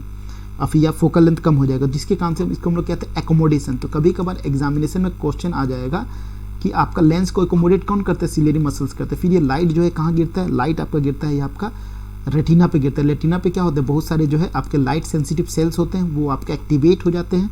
एक्टिवेट होने के बाद वो इलेक्ट्रिकल सिग्नल जनरेट करते हैं। वो इलेक्ट्रिकल सिग्नल जो है कहाँ पे गिरता है आपका, वो इलेक्ट्रिकल सिग्नल ब्रेन में जाता है, ब्रेन उसे आपका इमेज में कन्वर्ट करता है। इसके अंदर आपका लिक्विड फील होता है, उससे हम लोग क्या कहते हैं, एक्वस ह्यूमर कहते हैं। Is it okay, aqueous humour कहते हैं। क्लियर है। चलिए सो थोड़ी सी और कुछ पॉइंट्स याद रखेंगे, कुछ पॉइंट्स देखिए याद रखिएगा। ह्यूमन आई पे, ह्यूमन आई में दो कुछ देखिए, ह्यूमन अगर हम बात करेंगे, ह्यूमन के अगर suppose this is the face of human, यहाँ पे 2 आँखें होती है, 2 आँखें होती है। 2 आँख से बात करें, 2 आई से अगर हम बात करें तो 2 आई से जो है हमारा, हम कितना डिग्री तक देख सकते हैं, 180 डिग्री तक देख सकते हैं। 180 डिग्री तक हम देख सकते हैं, कोशिश कीजिएगा। वही बाई चांस की बात है, एक आँख खराब हो चुका है, 1 आई से हम लोग कितना देख सकते हैं, 1 आई से हम लोग जो है 150 डिग्री देख सकते हैं, 150 डिग्री देख सकते हैं। अपार्ट फ्रॉम दैट क्या होता है, जिसके पास एक आँख नहीं होता, एक आँख होता है, उसके साथ सर्टेन प्रॉब्लम होता है। वो इंडिया वो किसी भी चीज़ को जैसे 2 आँख वाले क्या देखते हैं, वो आप किसी भी चीज़ को 3D में देखते हैं, 3 डायमेंशनल में देखते हैं। वही अगर हम बात करेंगे 1 आई जिसका एक आँख डैमेज हो चुका है, वो चीज़ों को किस में देखता है, 2D में देखता है, 2 डायमेंशनल में देखते हैं। किसको, 2 डायमेंशनल में देखता है। अपार्ट फ्रॉम दैट याद रखिएगा, जिनका एक आँख नहीं है उनको थोड़ा सा डेप्थ परसेप्शन में इशू होता है। डेप्थ पता नहीं कर पाते हैं, डेप्थ परसेप्शन में जो होता है वो आपका इशू होता है। इज इट ओके, ये क्लियर है। चलिए ये कुछ पॉइंट्स से याद रखेंगे। एक एग्जामिनेशन में कोई पीछे से पूछा गया, 2 आँखों से हम जो 180 डिग्री तक देख पाते हैं, हमारा आँख ऐसे है, और अगर एक आँख डैमेज हो चुका है तो 150 डिग्री हम देख पाते हैं, ठीक है ना। और मैंने बताया एकोमोडेशन ऑफ द आई किसके थ्रू करते हैं, सिलियरी मसल्स के थ्रू करते हैं। और आँख जो हमारा इमेज फॉर्म करता है, आई जो हमारा इमेज फॉर्म करता है, आई की इमेज की बात करेंगे तो क्या फॉर्म करता है, वो रियल इमेज फॉर्म करता है, ठीक है ना। वो क्या आपका रियल इमेज फॉर्म करता है, ठीक है ना। एक चीज़ और याद रखिएगा, 2 आँखें होती है, दोनों आँख से आपके अलग अलग इलेक्ट्रिकल सिग्नल्स जनरेट होते हैं, ब्रेन में जाते हैं ऑप्टिकल नर्व्स के थ्रू। ब्रेन जो है उस इलेक्ट्रिकल सिग्नल्स को जो है यूनिफाइड करके हमें एक इमेज शो करता है। इज इट ओके, एक इमेज जो है शो करता है। क्लियर है। ठीक है ना। एकोमोडेशंस मैंने बता दिया आप लोगों को। देखिए नॉर्मल विजन की बात करते हैं हम लोग, डिफेक्ट्स ऑफ हम लोग पढ़ेंगे, डिफेक्ट्स की बात करेंगे, आंखों में किस किस प्रकार का डिफेक्ट होता है। तो सबसे पहला डिफेक्ट की बात करेंगे नॉर्मल। देखिए नॉर्मल में क्या होता है, अगर नॉर्मल आई की बात करेंगे तो नॉर्मल में ठीक है ना, जस्ट अ मोमेंट, ये कंसेप्ट को समझना है हमें थोड़ा सा। नॉर्मल में बात करें तो नॉर्मल में क्या होता है, आपके जो याद रखिएगा, आपके जो लाइट रेज जो होते हैं they should meet on retina, तभी आपका इमेज फॉर्म होगा। लेकिन अब मायोपिया में क्या होता है, मायोपिया में देखिए क्या होता है, मायोपिया में जो है, मायोपिया का मतलब क्या होता है याद रखने के लिए, मेरा पिया, क्या याद रखेंगे, मेरा पिया। तो मेरा पिया, आप क्या चाहते हैं, आपका पिया जो है नज़दीक हो, नज़दीक रहे तभी आपको अच्छा लगता है ना। तो मायोपिया में क्या होता है, मायोपिया की बात करेंगे तो मायोपिया में जो है, इसे हम लोग नियर साइटेडनेस भी कहते हैं। क्या कहते हैं मायोपिया का हम लोग, नियर साइटेडनेस कहते हैं। इसे हम लोग जो है नियर साइटेडनेस कहते हैं, मतलब आपका पिया हमेशा आपके नज़दीक रहेगा, है ना, तो नियर साइटेडनेस कहते हैं। नियर साइटेडनेस क्या होता है, मायोपिया में क्या होता है, आप जो है नियर इमेज को, नियर ऑब्जेक्ट को देख पाते हैं, नियर ऑब्जेक्ट जो होता है उसे आप देख पाते हैं, लेकिन फार ऑब्जेक्ट को जो है आप नहीं देख पाते हैं। Is it okay, far object को नहीं देख पाते हैं। क्लियर है, समझा। तो देखिए क्या होता है, मायोपिया मतलब मेरा पिया, आप हर कोई चाहते हैं कि मेरा पिया जो है, आप जिससे प्रेम करते हैं वो आपके नज़दीक रहे, इससे आप याद कर लीजिएगा, ठीक है ना। तो मायोपिया मतलब क्या होता है, नियर साइटेडनेस, कहने का मतलब आप जो नज़दीक चीज़ होते हैं उसे आप देख पा रहे हैं, लेकिन दूर की चीज़ों को आप देख नहीं पा रहे हैं। तो क्या हो रहा है, नियर की जो नियर ऑब्जेक्ट होगा, देखिए जो आपका नज़दीक चीज़ होगा, नज़दीक का तो इमेज आपका रेटिना पे फॉर्म हो रहा है, लेकिन दूर वाले का क्या होगा, जब नज़दीक का, सिंपल सी बात है, जब कोई चीज़ नज़दीक है तो उसका इमेज आपका रेटिना पे फॉर्म हो रहा है, लेकिन दूर हो जाएगा तो क्या होगा, दूर हो जाएगा तो कहाँ, बिफोर द रेटिना फॉर्म होगा। यहाँ रेटिना पे फॉर्म हो रहा है, रेटिना पे नहीं, यहाँ पे फॉर्म हो रहा है, मतलब मर्जिंग ऑफ जो रेज है यहाँ पे हो रहा है, तो इसके कारण से क्या होगा, इमेज फॉर्म होगा, इमेज फॉर्म नहीं होगा, इमेज फॉर्म नहीं होगा, इमेज आपको फॉर्म नहीं होगी। इमेज कब फॉर्म होगा, जब ये आपका लाइट कहाँ मीट करेगा, जब आपका रेटिना पे मीट करेगा। तो ये आपका प्रॉब्लम है मायोपिया में, दूर की जो चीज़ें होती है उसकी लाइट रेज बिफोर रेटिना मर्ज हो रही है। अब हमें क्या करना है, अब हमें जो है इसको रेटिना पे मर्ज कराना है। तो रेटिना पे मर्ज कराना तो हमें किसका इस्तेमाल करना पड़ेगा, रेटिना पे मर्ज कराना है तो हमें जो है किसका इस्तेमाल करना होगा, बताइए, बताएं, हमें जो है किसका इस्तेमाल करना होगा, इस प्रॉब्लम को डिफेक्ट कर, इसका सोल्यूशन क्या होगा, इसका सोल्यूशन है हमें जो है डाइवर्जिंग लेंस का प्रयोग करना पड़ेगा। किसका प्रयोग करना पड़ेगा, डाइवर्जिंग लेंस, जो लाइट को आपका डाइवर्ज करके कहाँ फॉल कराए, लाइट का आपका डाइवर्ज करके जो है रेटिना पर फॉल कराए। अब डाइवर्जिंग लेंस कौन सा होता है, याद कीजिए, डाइवर्जिंग लेंस की अगर हम बात करेंगे तो याद कीजिए कौन सा होता है, तो याद कीजिए डाइवर्जिंग मिरर। डाइवर्जिंग मिरर कौन सा होता है, बताइए जरा, सोचिए, डाइवर्जिंग लेंस की बात करेंगे तो डाइवर्जिंग लेंस कौन सा है, बताएं, उल्टा कर देना, हमें याद है ना। तो देखिए आपको याद होगा, फिर से मैं बता दूं, अगर डाइवर्जिंग मिरर की बात करेंगे तो याद है आप लोग को, डाइवर्जिंग मिरर कौन होता है, डाइवर्जिंग मिरर जो होता है वो कौन होता है, आपको याद है, डाइवर्जिंग मिरर आपका जो होता है कन्वेक्स लेंस होता है, कन्वेक्स मिरर होता है, सॉरी, कन्वेक्स मिरर आपका क्या है, आपका डाइवर्जिंग मिरर है। तो यहाँ पे क्या हो जाएगा, यहाँ पे हम जो है कनकेव लेंस का प्रयोग करेंगे। किसका प्रयोग करेंगे, कनकेव लेंस। तो कनकेव लेंस से क्या होगा, रेज आपके जो है डाइवर्ज हो जाएंगे, और डाइवर्ज होकर कहाँ फॉल करेंगे, वो आपका फॉल करेंगे रेटिना पे, ठीक है ना, इज इट ओके। तो यहाँ पे हमें डाइवर्जिंग लेंस का प्रयोग करना है। किसका प्रयोग करना है, डाइवर्जिंग लेंस का प्रयोग करना है, ठीक है। तो कनकेव लेंस का प्रयोग करेंगे हम। किसका प्रयोग करेंगे, ये क्या हो गया आपका कनकेव लेंस। किसका प्रयोग करेंगे, कनकेव लेंस का प्रयोग करेंगे। आपको पता है कनकेव लेंस क्या है, आपका कनकेव लेंस जो है आपका डाइवर्जिंग लेंस है, ठीक है। चलिए ओके, क्लियर। चलिए यहाँ पे देखिए, यहाँ पे जो है, यहाँ पे क्या यूज़ किया गया, यहाँ पे आपका जो है कनकेव लेंस का प्रयोग किया गया। तो फिर दूसरा होता है हाइपरमेट्रोपिया कहते हैं, इसे हम लोग क्या कहते हैं, हाइपरोपिया कहते हैं, या फिर इसे हम लोग जो है किताब में देखेंगे तो लिखा होगा हाइपरमेट्रोपिया कहते हैं, हाइपरमेट्रोपिया कहते हैं, मेट्रोपिया कहते हैं। देखिए हाइपरमेट्रोपिया मतलब क्या होता है, हाइपरमेट्रोपिया आपका पिया जब आपसे दूर हो गया, पिया जब आपसे दूर हो गया तो क्या आप हाइपर हो जाते हैं, जिसे हम लोग क्या कहते हैं, फार साइटेडनेस कहते हैं। फार साइटेडनेस में क्या होता है, दूर की चीज़ों को आप देख पा रहे हैं, फार ऑब्जेक्ट को जो है आप देख पा रहे हैं। वही अगर नियर ऑब्जेक्ट की बात करें तो नियर ऑब्जेक्ट को आप नहीं देख पा रहे हैं, नहीं देख पा रहे हैं। Is it okay? तो इसका मतलब क्या है, देखिए दूर की अगर हम बात करेंगे, फार ऑब्जेक्ट की अगर हम बात करेंगे, ठीक है ना, फार ऑब्जेक्ट की बात करेंगे, दूर की चीज़ों का इमेज आपका रेटिना पे फॉल हो रहा है, ऑब्वियस बात है। जब दूर की अगर हम बात करेंगे, दूर का इमेज जो है आपका रेटिना पे फॉल हो रहा है, तो इसका नज़दीक का कहाँ होगा, आउटसाइड रेटिना फॉर्म होगा। आउटसाइड रेटिना मतलब रेटिना के बाहर जो है रेज मर्ज कर रहे हैं, जब रेटिना के बाहर रेज मर्ज करेगा वो फायदा ही नहीं है, इमेज फॉर्म नहीं होगा। इमेज फॉर्म नहीं होगा तो इसको आप किस तरीके से रेक्टिफाई करेंगे? अब इस इमेज को हमको यहाँ लेके ना, मतलब हमें जो है कन्वर्जिंग लेंस का प्रयोग करना पड़ेगा। हमें किसका प्रयोग करना पड़ेगा? Converging lens. किसका प्रयोग करना पड़ेगा? कन्वर्जिंग लेंस का प्रयोग करना पड़ेगा। कन्वर्जिंग लेंस क्या करेंगे, इस रेस को जो है आपका कन्वर्ज कर दिया ताकि यहाँ पे मीट कर सके। कन्वर्जिंग लेंस मतलब क्या होगा? कन्वर्जिंग लेंस मतलब आपका जो है कन्वेक्स लेंस का प्रयोग होगा। क्या होगा? कन्वेक्स लेंस का जो है प्रयोग होगा। ठीक है, इज इट ओके? चलिए उसके बाद जो होता है, उसके बाद करेंगे हम यहाँ, उसके बाद बात करेंगे dispersion of light. Is it okay? Dispersion of light. तो देखिए लाइट की अगर हम बात करेंगे तो light comprises of 7 colour. Light में क्या होता है मैंने बताया था, विजिबल लाइट की अगर हम बात करेंगे, विजिबल लाइट में मैंने बताया था, तो विजिबल लाइट की मैंने बताया था, इसका रेंज क्या होता है मैंने बताया था आपको, 400 नैनोमीटर से लेकर आपका 700 नैनोमीटर तक होता है। इसमें कितने कलर होते हैं? इसमें आपके कलर जो होते हैं VBR होते हैं, VIBGYOR होता है। आपके न्यूटन सर ने आपका एक्सपेरिमेंट किया था, न्यूटन सर के द्वारा ही ये पाया गया dispersion of light. Dispersion of light कहने का मतलब है कि लाइट में बेसिकली आपका 7 कलर्स होते हैं। ठीक है, अब देखिए क्या होता है, ये आपके पास प्रिज्म है, तो प्रिज्म भी क्या है, ये आपका एयर मीडियम है। उसके प्रिज्म भी किससे बना होता है? ग्लास से बना होता है। इसे ट्रायंगुलर शेप होता है, इसलिए हम इसे क्या कहते हैं? प्रिज्म कहते हैं। जब आपका व्हाइट लाइट जब आपका क्या होगा, एंटर करेगा प्रिज्म में, ये क्या हो जाएगा, it get divided into 7 colours. ये 7 कलर्स में डिवाइड हो जाएगा और यहाँ पे आपका क्या फॉर्म करेगा, यहाँ पे आपका जो है एक आपका क्या फॉर्म करेगा, ये आपका जो है कलर बैंड फॉर्म करेगा। कलर बैंड फॉर्म करेगा। इस कलर बैंड में क्या है, आपका 7 कलर्स दिखते हैं।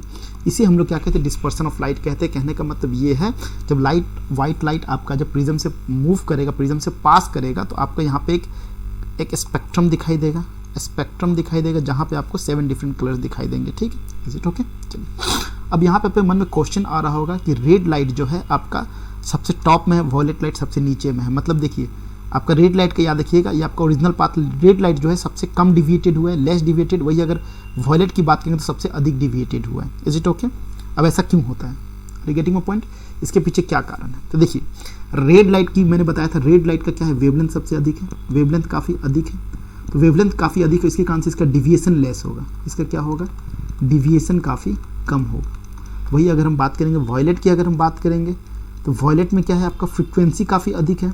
फ्रिक्वेंसी काफ़ी अधिक है मतलब मैंने बताया था एनर्जी काफ़ी अधिक होता है, इसका वेवीनेस काफ़ी अधिक होता है। इसलिए क्या करेगा, पार्टिकल के साथ काफ़ी ज़्यादा इंटरेक्ट करेगा और ये जो है काफ़ी ज़्यादा डिविएट करेगा। इसी को हम लोग क्या कहते हैं, डिस्पर्सन ऑफ लाइट कहते हैं। ठीक है, डोंट वेरी, जब हम स्कैटरिंग पढ़ेंगे इस कंसेप्ट को समझेंगे।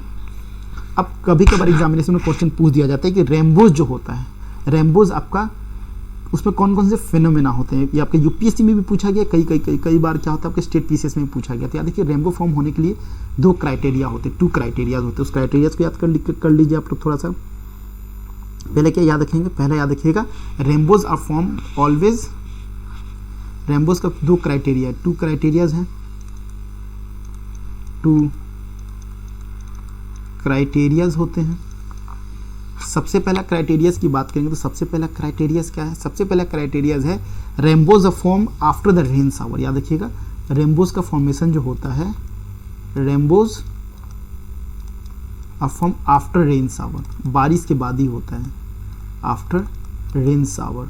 क्यों रेन शावर? क्योंकि जो बारिश की जो बूंदें होती है ना, बारिश के जो वाटर ड्रॉपलेट्स जो होते हैं, यहाँ पर क्या है, रेन ड्रॉपलेट्स है, रेन ड्रॉपलेट्स है। ये रेन ड्रॉपलेट्स जो है प्रिज्म का काम करती है। किसका काम करती है? प्रिज्म का काम करती है। ठीक है ना। दूसरा चीज़ याद रखिएगा, rainbows are form opposite of sun. याद रखिए अपोजिट ऑफ सन, हमेशा क्या होगा, अपोजिट ऑफ सन फॉर्म होगा। ठीक है ना। अगर सन बाई चांस यहाँ पे है तो रेनबो आपका यहाँ फॉर्म होगा। Is it okay? 2 कंडीशन क्या देखिए। अब हम देखने की कोशिश करते हैं क्या क्या प्रॉपर्टीज होते हैं। सबसे पहले देखिए सन से, ये आपका क्या वाटर ड्रॉपलेट से सन से व्हाइट लाइट आ रहा है, व्हाइट लाइट आ रहा है। अब यहाँ पे कौन सा प्रॉपर्टी, जब ये व्हाइट लाइट जो है जब इसके अंदर एंटर कर दिया, ये कौन सा प्रॉपर्टी शो कर रहा है, आपका रिफ्रैक्शन हो गया, 2 मीडिया हो गया, इसके अंदर हो गया तो रिफ्रैक्शन हो गया। रिफ्रैक्शन होने के बाद जो है ये किस में जाएगा, यहाँ पे देखिए डिफरेंट कलर्स प्रिज्म है, तो ये क्या हो गया, यहाँ पे क्या हो गया, डिफरेंट कलर्स कंपोनेंट में डिवाइड हो गया ये, तो ये क्या होगा, डिस्पर्सन ऑफ लाइट है। फिर जो यहाँ पे क्या होगा, टोटल इंटरनल रिफ्लेक्शन होगा, बिकॉज यहाँ पे जो क्रिटिकल एंगल से अधिक आपका एंगल ऑफ इंसिडेंस है, तो क्या होगा, टोटल इंटरनल रिफ्लेक्शन होगा। और फिर आपका क्या होगा, आपका ये फिर आपका डिस्पर्सन होगा, फिर आपका क्या होगा, तो क्या क्या चीज़ें हो रही है यहाँ पे आपका रिफ्रैक्शन हो रहा है, याद रखिएगा रिफ्रैक्शन हो रहा है। सेकेंड क्या है, डिस्पर्सन ऑफ लाइट हो रहा है, डिस्पर्सन ऑफ लाइट हो रहा है। और थर्ड आपका जो है टोटल इंटरनल रिफ्लेक्शन हो रहा है, ठीक है ना। Is it okay.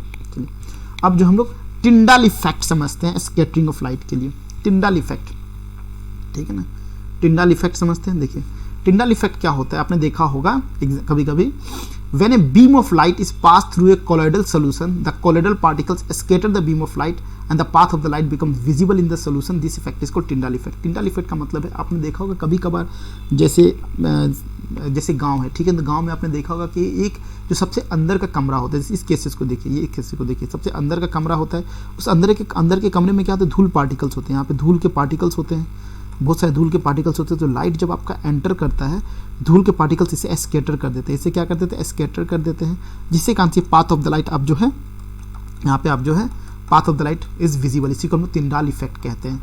ये देखिए कभी कभी जंगल में भी आपको लाइट आप देखिए आपको विजिबल दिख रहा है ना, इसे हम टिंडाल इफेक्ट कहते हैं। Is it okay. अब हम लोग कहेंगे स्कैटरिंग ऑफ लाइट, और उससे रिलेटेड हम लोग फंडामेंटल्स को समझेंगे, ठीक है ना। तो स्कैटरिंग ऑफ लाइट क्या होता है, याद रखिएगा, the intensity of scattered light depends upon the size of the particle and the wavelength of the light. चलिए इस कंसेप्ट को समझ लेते हैं, बहुत सारे इंटरनल कंसेप्ट है, तो सारे कंसेप्ट को हम समझ लेते हैं। यहाँ पे एक डायग्राम में समझने की कोशिश करेंगे ताकि आप याद रख सकें सारे कंसेप्ट को। तो देखिए सबसे पहले देखेंगे क्या होता है स्कैटरिंग ऑफ लाइट,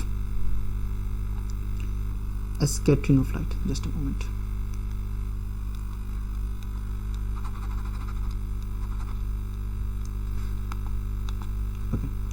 चलिए स्कैटरिंग ऑफ लाइट, ये काफ़ी इंपॉर्टेंट है, काफ़ी जो है इंपॉर्टेंट है।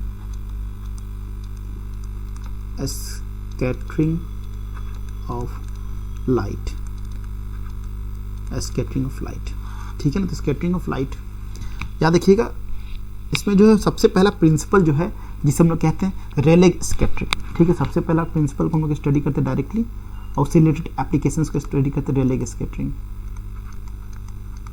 रेले स्कैटरिंग, ठीक है ना, स्कैटरिंग। तो रेले स्कैटरिंग क्या कहता है, light will get scattered, Rayleigh scattering क्या कहता है, light scattering of the light जो होता है वो कब हो पाएगा, when the particle size is less than the size of the light particle। Rayleigh scattering क्या कहता है, light will get scattered, colors of the light will get scattered, या light will get scattered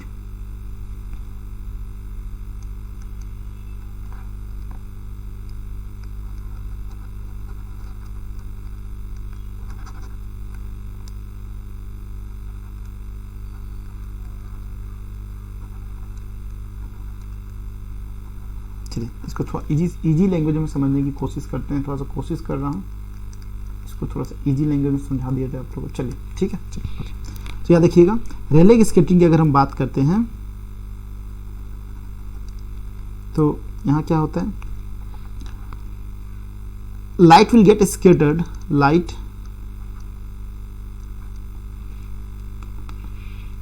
scattering of light,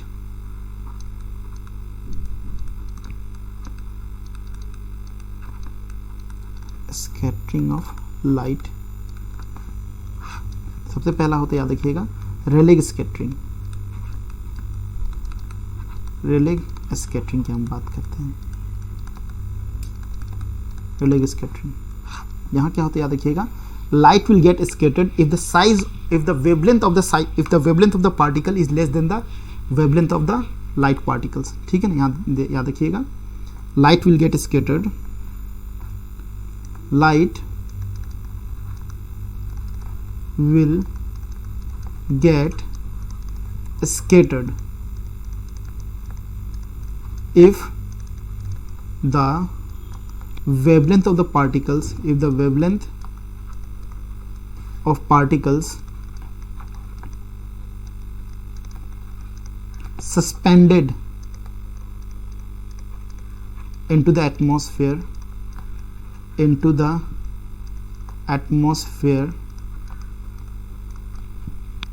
light will get scattered if the wavelength of the particle suspended in the atmosphere is less than the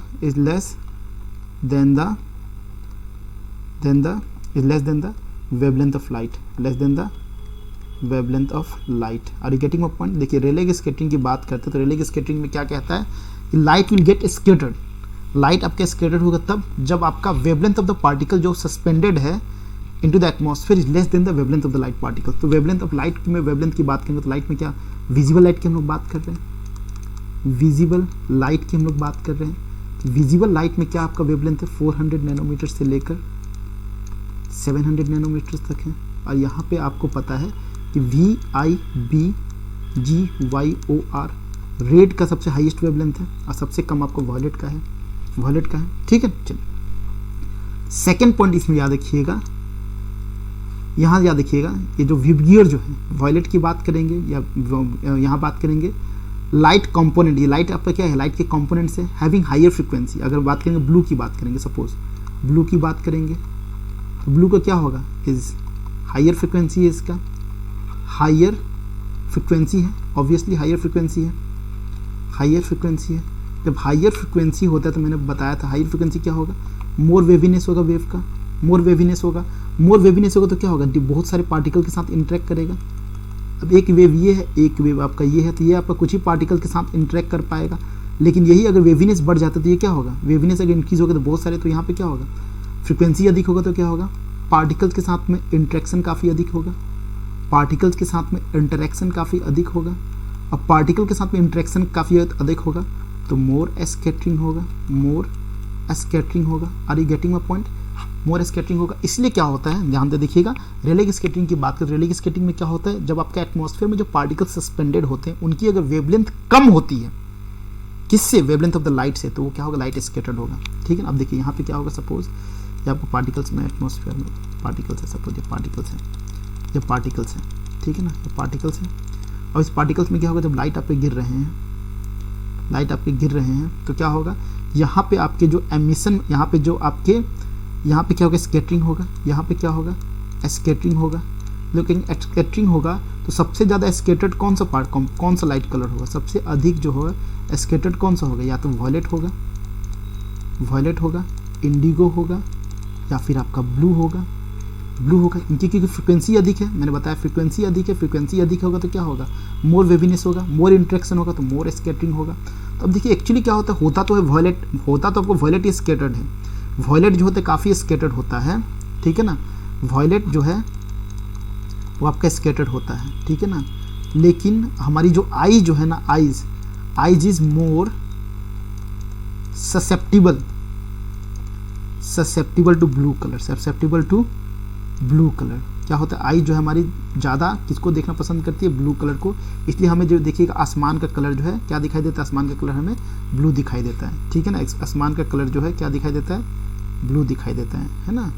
तो याद रखिएगा, अगर examination देखिए मैंने तो जितना explain करता हूँ तो कभी नहीं पूछा जाएगा एग्जामिनेशन में क्वेश्चन पूछा जाएगा स्काई कलर जो है वो ब्लू क्यों होता है। सिंपल से एग्जाम्पल, स्काई कलर जो है आपको ब्लू क्यों होता है, तो आपका आंसर देना है क्या, because of scattering of light, ठीक है ना, स्कैटरिंग ऑफ द लाइट। और बाय ब्लू लाइट क्यों स्कैटर्ड होता है, ब्लू लाइट इसलिए ज़्यादा स्कैटर्ड होता है क्योंकि आपकी फ्रीक्वेंसी अधिक होती है, तो फ्रीक्वेंसी अधिक होगी, मोर एनर्जी है, मोर वेवीनेस है, तो आपका काफ़ी ज़्यादा ये करते हैं, ठीक है। चलिए क्लियर है, चलिए।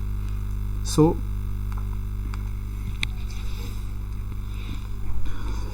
अब देखिए रिले स्कैटरिंग से हम लोग क्या क्या चीज़ों को समझ सकते हैं। रिले स्कैटरिंग, तो रिले स्कैटरिंग से याद रखिएगा, मेनली एग्जामिनेशन में स्कैटरिंग ही पूछा जाएगा, मैं तो काफ़ी आप लोग को डिटेल में बता देता हूँ। तो देखिए रिले स्कैटरिंग से बात करेंगे तो रिले स्कैटरिंग से जो है क्या क्या प्रॉपर्टीज़ को आप एक्सप्लेन कर सकते हैं। तो याद रखिएगा, सबसे पहला प्रॉपर्टीज बताया मैंने, colour of the sky is blue, colour of sky as blue आप एक्सप्लेन कर सकते हैं। Apart from that, during sunrise and sunset sky appears red, क्यों, ऐसा क्यों होता है, ड्यूरिंग सनराइज एंड सनसेट जो होता है स्काई अपीयर्स रेड। अब ये कौन सा फंडा आ गया इस, तो देखिए क्या होता है, सपोज ये आपका अर्थ सरफेस है, सपोज मान के चलिए ये आपका अर्थ सरफेस है, ठीक है ना, और ये आपका सन है। तो देखिए यहाँ से जो आपका रेज जो निकलता है, जब आपका ड्यूरिंग सनराइज एंड सनसेट में क्या होता है, काफ़ी डिस्टेंस इज मोर, डिस्टेंस जो है काफ़ी अधिक होता है। तो अधिक होने से क्या होता है, blue lights are scattered away, blue lights scattered हो जाते हैं, ब्लू लाइट्स जो होते हैं आर स्कैटर्ड अवे, वो तो स्कैटर्ड हो जाते हैं, स्कैटर्ड अवे।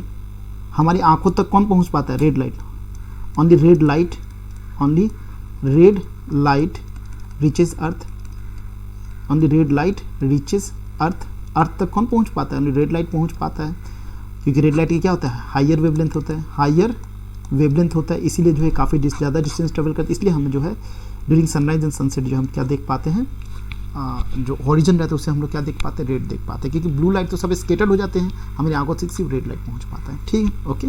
तो एग्जामिनेशन में हेडलाइट स्केटिंग या सिंपल स्केटिंग से क्वेश्चन पूछा जाएगा। एक और छोटा सा कंसेप्ट है क्लाउड की, अगर हम बात करेंगे, क्लाउड जो है ये वाइट क्यों दिखता है, हमें वाइट क्यों दिखता है, तो इसका रीज़न क्या है, याद रखिएगा, the particles present in the clouds have wavelength,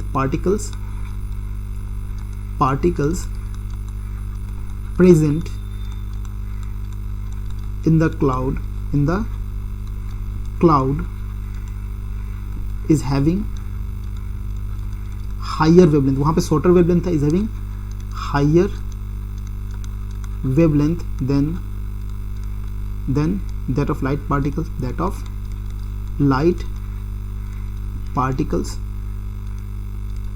इसलिए all lights are scattered, all the light components, all the light are scattered, सभी लाइट जो होते हैं स्केटर्ड हो जाती है ना। जब यहाँ पे बाई चांस की बात है, यहाँ पे क्या होगा, सभी लाइट जो है स्केटर्ड हो जाती है, इसलिए हमें क्या दिखता है, इसलिए हमें जो है वाइट कलर दिखता है। तो ये वाइट कलर दिखता है, लेकिन यहाँ पे तो रेले स्केटरिंग नहीं हुआ है, तो स्केटरिंग है, लेकिन रेले स्केटरिंग इसे हम लोग क्या कहते हैं, इसे हम लोग कहते हैं माई स्केटरिंग कहते हैं, क्या कहते हैं, माई स्केटरिंग कहते हैं। Is it okay, my scattering कहते हैं, ठीक है ना, इज इट ओके। चलिए एक और छोटा सा कंसेप्ट हो गया, अगर एग्जामिनेशन में क्वेश्चन पूछा जाएगा, ट्विंकलिंग ऑफ स्टार क्यों होता है, तो it is because of refraction of light, याद रखिएगा, ट्विंकलिंग ऑफ स्टार, स्टार क्यों ट्विंकल करता है, ठीक है ना, ट्विंकलिंग ऑफ स्टार की अगर हम बात करेंगे क्यों होता है, it is because of refraction of light, it is because of refraction of light, is it okay. तो इससे बाहर आपका लाइट के क्वेश्चंस नहीं आएंगे, क्लियर। चलिए सो नोट्स में आपको सभी चीज़ें आप देख सकते हैं। अब हम लोग बात करेंगे इलेक्ट्रिसिटी एंड मैग्नेटिज्म से रिलेटेड चीज़ों को बात करेंगे, ठीक है, इलेक्ट्रिसिटी और मैग्नेटिज्म से रिलेटेड चीज़ों को बात करेंगे, क्लियर। किसी कुछ डाउट है बताइए, तो छोटा सा है, यहाँ से ज़्यादा क्वेश्चंस पूछे नहीं जाते हैं, बेसिक फंडामेंटल्स क्वेश्चन पूछे जाते हैं, तो इसलिए डिस्कस कर लेते हैं। देखिए इलेक्ट्रिसिटी मैग्नेटिज्म की बात करेंगे तो सबसे पहला जो याद रखेंगे, स्टैटिक इलेक्ट्रिसिटी किसे कहते हैं। स्टैटिक इलेक्ट्रिसिटी आपने देखा होगा, बचपन में आपने एक एक्सपेरिमेंट किया होगा, आप सभी को याद है, स्टैटिक इलेक्ट्रिसिटी किसे कहते हैं। जैसे अगर स्टैटिक इलेक्ट्रिसिटी की अगर हम बात करेंगे वो हम लोग किसे कहते हैं, तो आपको याद है पहले हम लोग क्या करते थे बचपन में, कॉम्ब रहता था, कॉम्ब कंघी रहता था, उस कंघी को हम लोग रब करते थे, किससे, हेयर से रब करते थे, हेयर से रब करते थे, जिससे काम से क्या होता था, कॉम्ब के ऊपर में क्या होता था, चार्ज डेवलप हो जाता था, और जिसके कारण से कॉम्ब जो है इट अट्रैक्ट्स जो पेपर्स के जो पार्टिकल जो होते हैं, पेपर्स के छोटे छोटे टुकड़े रहते हैं, उसको अट्रैक्ट करना शुरू कर देता था। तो यहाँ पे कुछ पल के लिए जो इलेक्ट्रिसिटी डेवलप हुए थे, हम लोग क्या कहते हैं, स्टैटिक इलेक्ट्रिसिटी कहते हैं, क्या कहते हैं, स्टैटिक इलेक्ट्रिसिटी कहते हैं, याद होगा आप लोगों को, स्टैटिक इलेक्ट्रिसिटी कहते हैं, ठीक है ना। और जब चार्ज की हम लोग बात करेंगे तो चार्ज जो होते हैं आपके दो प्रकार के होते हैं, one is positive charge, another is negative charge. ये किसने पता किया था, बेंजामिन फ्रैंकलिन ने पता किया था, किसने पता किया था, बेंजामिन फ्रैंकलिन ने पता किया था, ठीक है। अब देखिए इलेक्ट्रिक करंट की बात करें तो इलेक्ट्रिक करंट क्या होता है, तो flow of electric charge is known as electric current, है ना। और जैसे एक सर्किट बनाते हैं हम लोग, सपोज आपका पॉजिटिव चार्ज है, ये आपका नेगेटिव चार्ज है, ठीक है ना।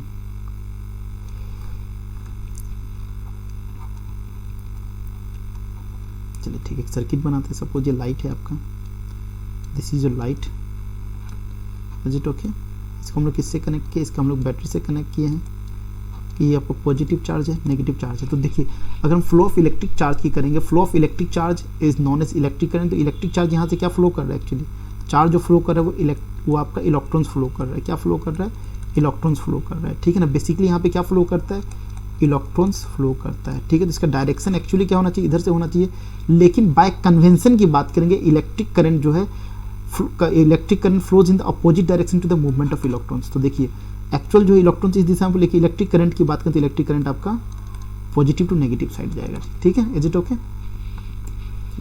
ये देखिए यहाँ पे आपका सर्किट देख रहे हैं ना। तो देखिए इलेक्ट्रॉन जो है आपका, इलेक्ट्रॉन्स की बात करेंगे तो इलेक्ट्रॉन्स आपका इस तरीके से जाते हैं, इलेक्ट्रॉन्स इस तरीके से जाएंगे नेगेटिव साइड से। लेकिन करंट की बात करें तो करंट आपका जो है बाय कन्वेंशनल हम लोग पॉजिटिव चार्ज से कंसीडर करते हैं, ओके। या देखिए चार्जेस दो प्रकार के होते हैं, एक पॉजिटिव चार्ज होता है, एक नेगेटिव चार्ज होता है। दोनों चार्ज को किसने पता किया था, बेंजामिन फ्रैंकलिन ने पता किया था, याद रखिएगा। अपोजिट चार्ज क्या होते हैं, अट्रैक्ट करते हैं, और जो आपके सेम चार्जेस जो होते हैं दे रिपेल ईच अदर, ठीक है ना, ओके। एक आपका कॉलम स्लो है, तो कॉलम स्लो बेसिकली अगर हम बात करेंगे तो कॉलम स्लो को देख लेते हैं हम लोग। कॉलम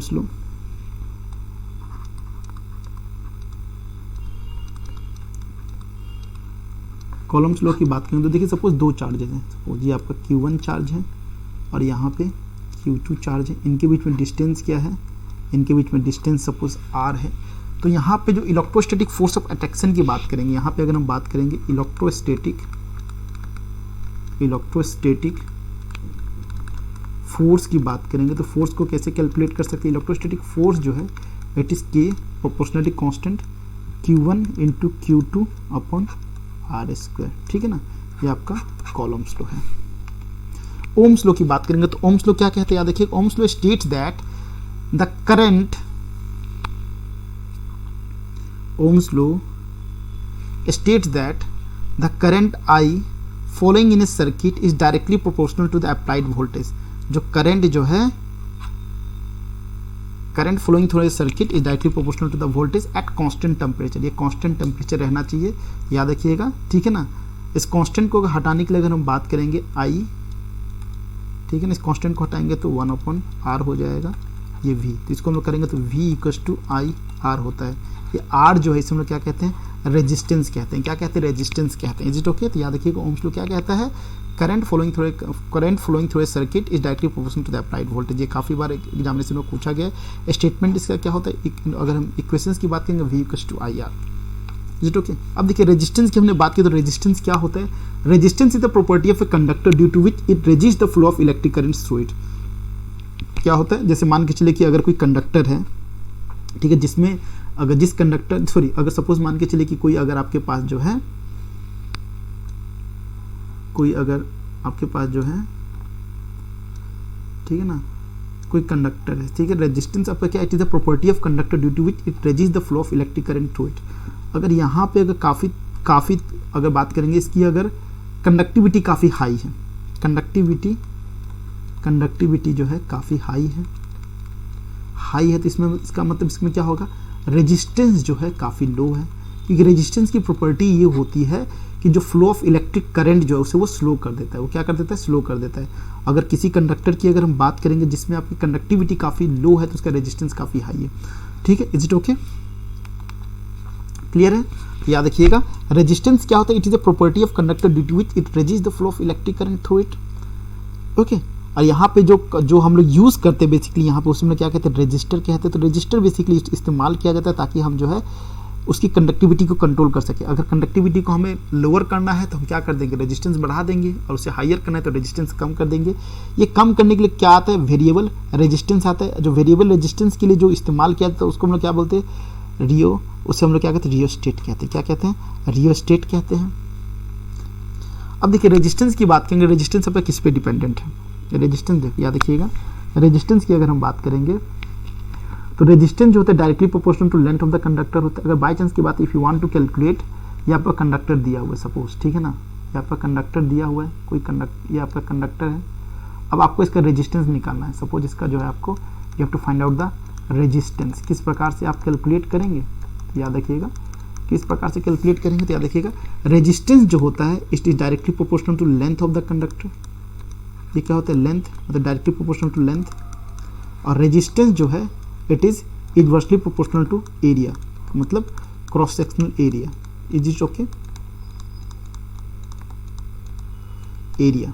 तो ये याद रखिएगा, रेजिस्टेंस जो है डायरेक्टली प्रोपोर्शनल टू लेंथ। जितना बड़ा लेंथ होगा, जिस कंडक्टर की जितना बड़ा लेंथ होगा उसके रेजिस्टेंस उतना ज़्यादा होगा, ठीक है ना। और क्रॉस सेक्शनल एरिया जो है इनवर्सली प्रोपोर्शनल। अगर क्रॉस सेक्शनल एरिया कम होगा तो क्या होगा, अगर बाई चांस की बात है कम हो जाएगा अगर, तो क्या होगा, रेजिस्टेंस बढ़ जाएगा। और वही अगर ज़्यादा होगा तो रेजिस्टेंस आपका कम हो जाएगा, ठीक है ना। क्रॉस सेक्शनल एरिया, दोनों इक्वेशन को आप अगर मैच कीजिएगा तो क्या होगा, इज इट ओके। देखा, रेजिस्टेंस जो है डायरेक्टली प्रोपोर्शनल टू लेंथ, जितना अधिक लेंथ होगा उतना अधिक रेजिस्टेंस होगा। Inversely proportional to cross sectional area, मतलब अगर एरिया ज़्यादा है तो कम होगा, और कम है तो आपका क्या होगा, ज़्यादा होगा, ठीक है। चलिए यहाँ इसका मतलब क्या है, देखिए अगर आपका क्रॉस सेक्शनल एरिया, देखिए इसको एग्जामिनेशन में पूछ दिया जाता है, कभी कभार एक क्वेश्चन पूछ दिया जाता है, ठीक है ना। देखिए अगर हम बात करेंगे, अगर आपका एरिया ज़्यादा है, एरिया ज़्यादा होगा तो क्या होगा, रेजिस्टेंस क्या हो जाएगा आपका, रेजिस्टेंस कम हो जाएगा, ठीक है ना। वही अगर एरिया कम है, क्रॉस सेक्शनल एरिया कम है तो क्या होगा आपका, रेजिस्टेंस आपका क्या हो जाएगा, इंक्रीज हो जाएगा। अगर एरिया कम है क्रॉस सेक्शनल एरिया तो रेजिस्टेंस कम। इसलिए आपने फ्यूज़ में देखा होगा, ये क्रॉस, इसका जो फ्यूज़ में देखा होगा, फ्यूज़ में जो मेटलिक वायर यूज़ होता है उसका क्रॉस सेक्शनल एरिया जो रहता है वो आपका काफ़ी कम रहता है। क्या रहता है, क्रॉस सेक्शनल एरिया कम रहता है। कम रहेगा तो क्या होगा, रेजिस्टेंस आपका अधिक रहेगा, रेजिस्टेंस अधिक होने से क्या होगा, बाई चांस की बात है अगर हम लोग जो सर्किट की प्रेस्क्राइब लिमिट है उससे ज़्यादा करंट विड्रॉ कर रहे हैं तो क्या होगा, रेजिस्टेंस ज़्यादा रहेगा। तो रेजिस्टेंस ज़्यादा होगा तो क्या होगा, हीट होगा। हीट होने का ये फ्यूज़ आपका मेल्ट हो जाता है, आपकी सर्किट बच जाती है। अब देखिए दोनों इक्वेशन को मैच करेंगे तो दोनों इक्वेशन क्या होगा, resistance directly proportional to length, inversely proportional to area, ठीक है ना। इस कांस्टेंट को अगर प्रोपोर्शनलिटी कांस्टेंट को हटाएंगे तो क्या निकलेगा, वो resistivity.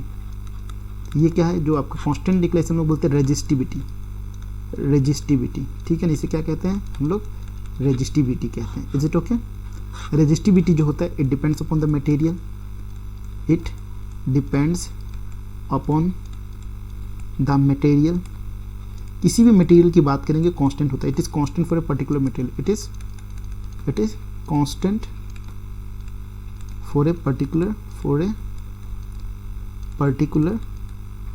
Material. Is it okay. अब देखिए एग्जामिनेशन में क्वेश्चन पूछा गया आप लोगों से कि रेजिस्टेंस इन सीरीज, अगर आप रेजिस्टेंस को सीरीज में कनेक्ट करेंगे तो क्या होगा, रेजिस्टेंस को अगर आप सीरीज में कनेक्ट करेंगे तो क्या होगा, किस तरीके से कैलकुलेट किया जाएगा। याद देखिएगा, रेजिस्टेंस अगर सीरीज में कैलकुलेट होता है देन उसका फॉर्मूला क्या है, उसका फॉर्मूला याद रखिएगा, उसका फॉर्मूला है equivalent resistance equals to R1 R2 R3। मतलब अगर मान जाएंगे तीन रेजिस्टेंस का जो रहता है यूनिट्स क्या है, रेजिस्टेंस हम लोग मेजरमेंट करते हैं, याद रखिएगा ओम्स में। किस में मेजरमेंट करते हैं, ओम्स में। यूनिट उसका क्या है, ओम है। सपोज 3 रेजिस्टेंस है, 3 ओम का, 4 ओम का प्लस 4 ओम का, ये आपके सीरीज में, तो टोटल कितना निकलेगा, total resistance of the circuit कितना होगा आपका, 11 ओम हो जाएगा। कितना हो जाएगा, 11 ओम हो जाएगा, ठीक है।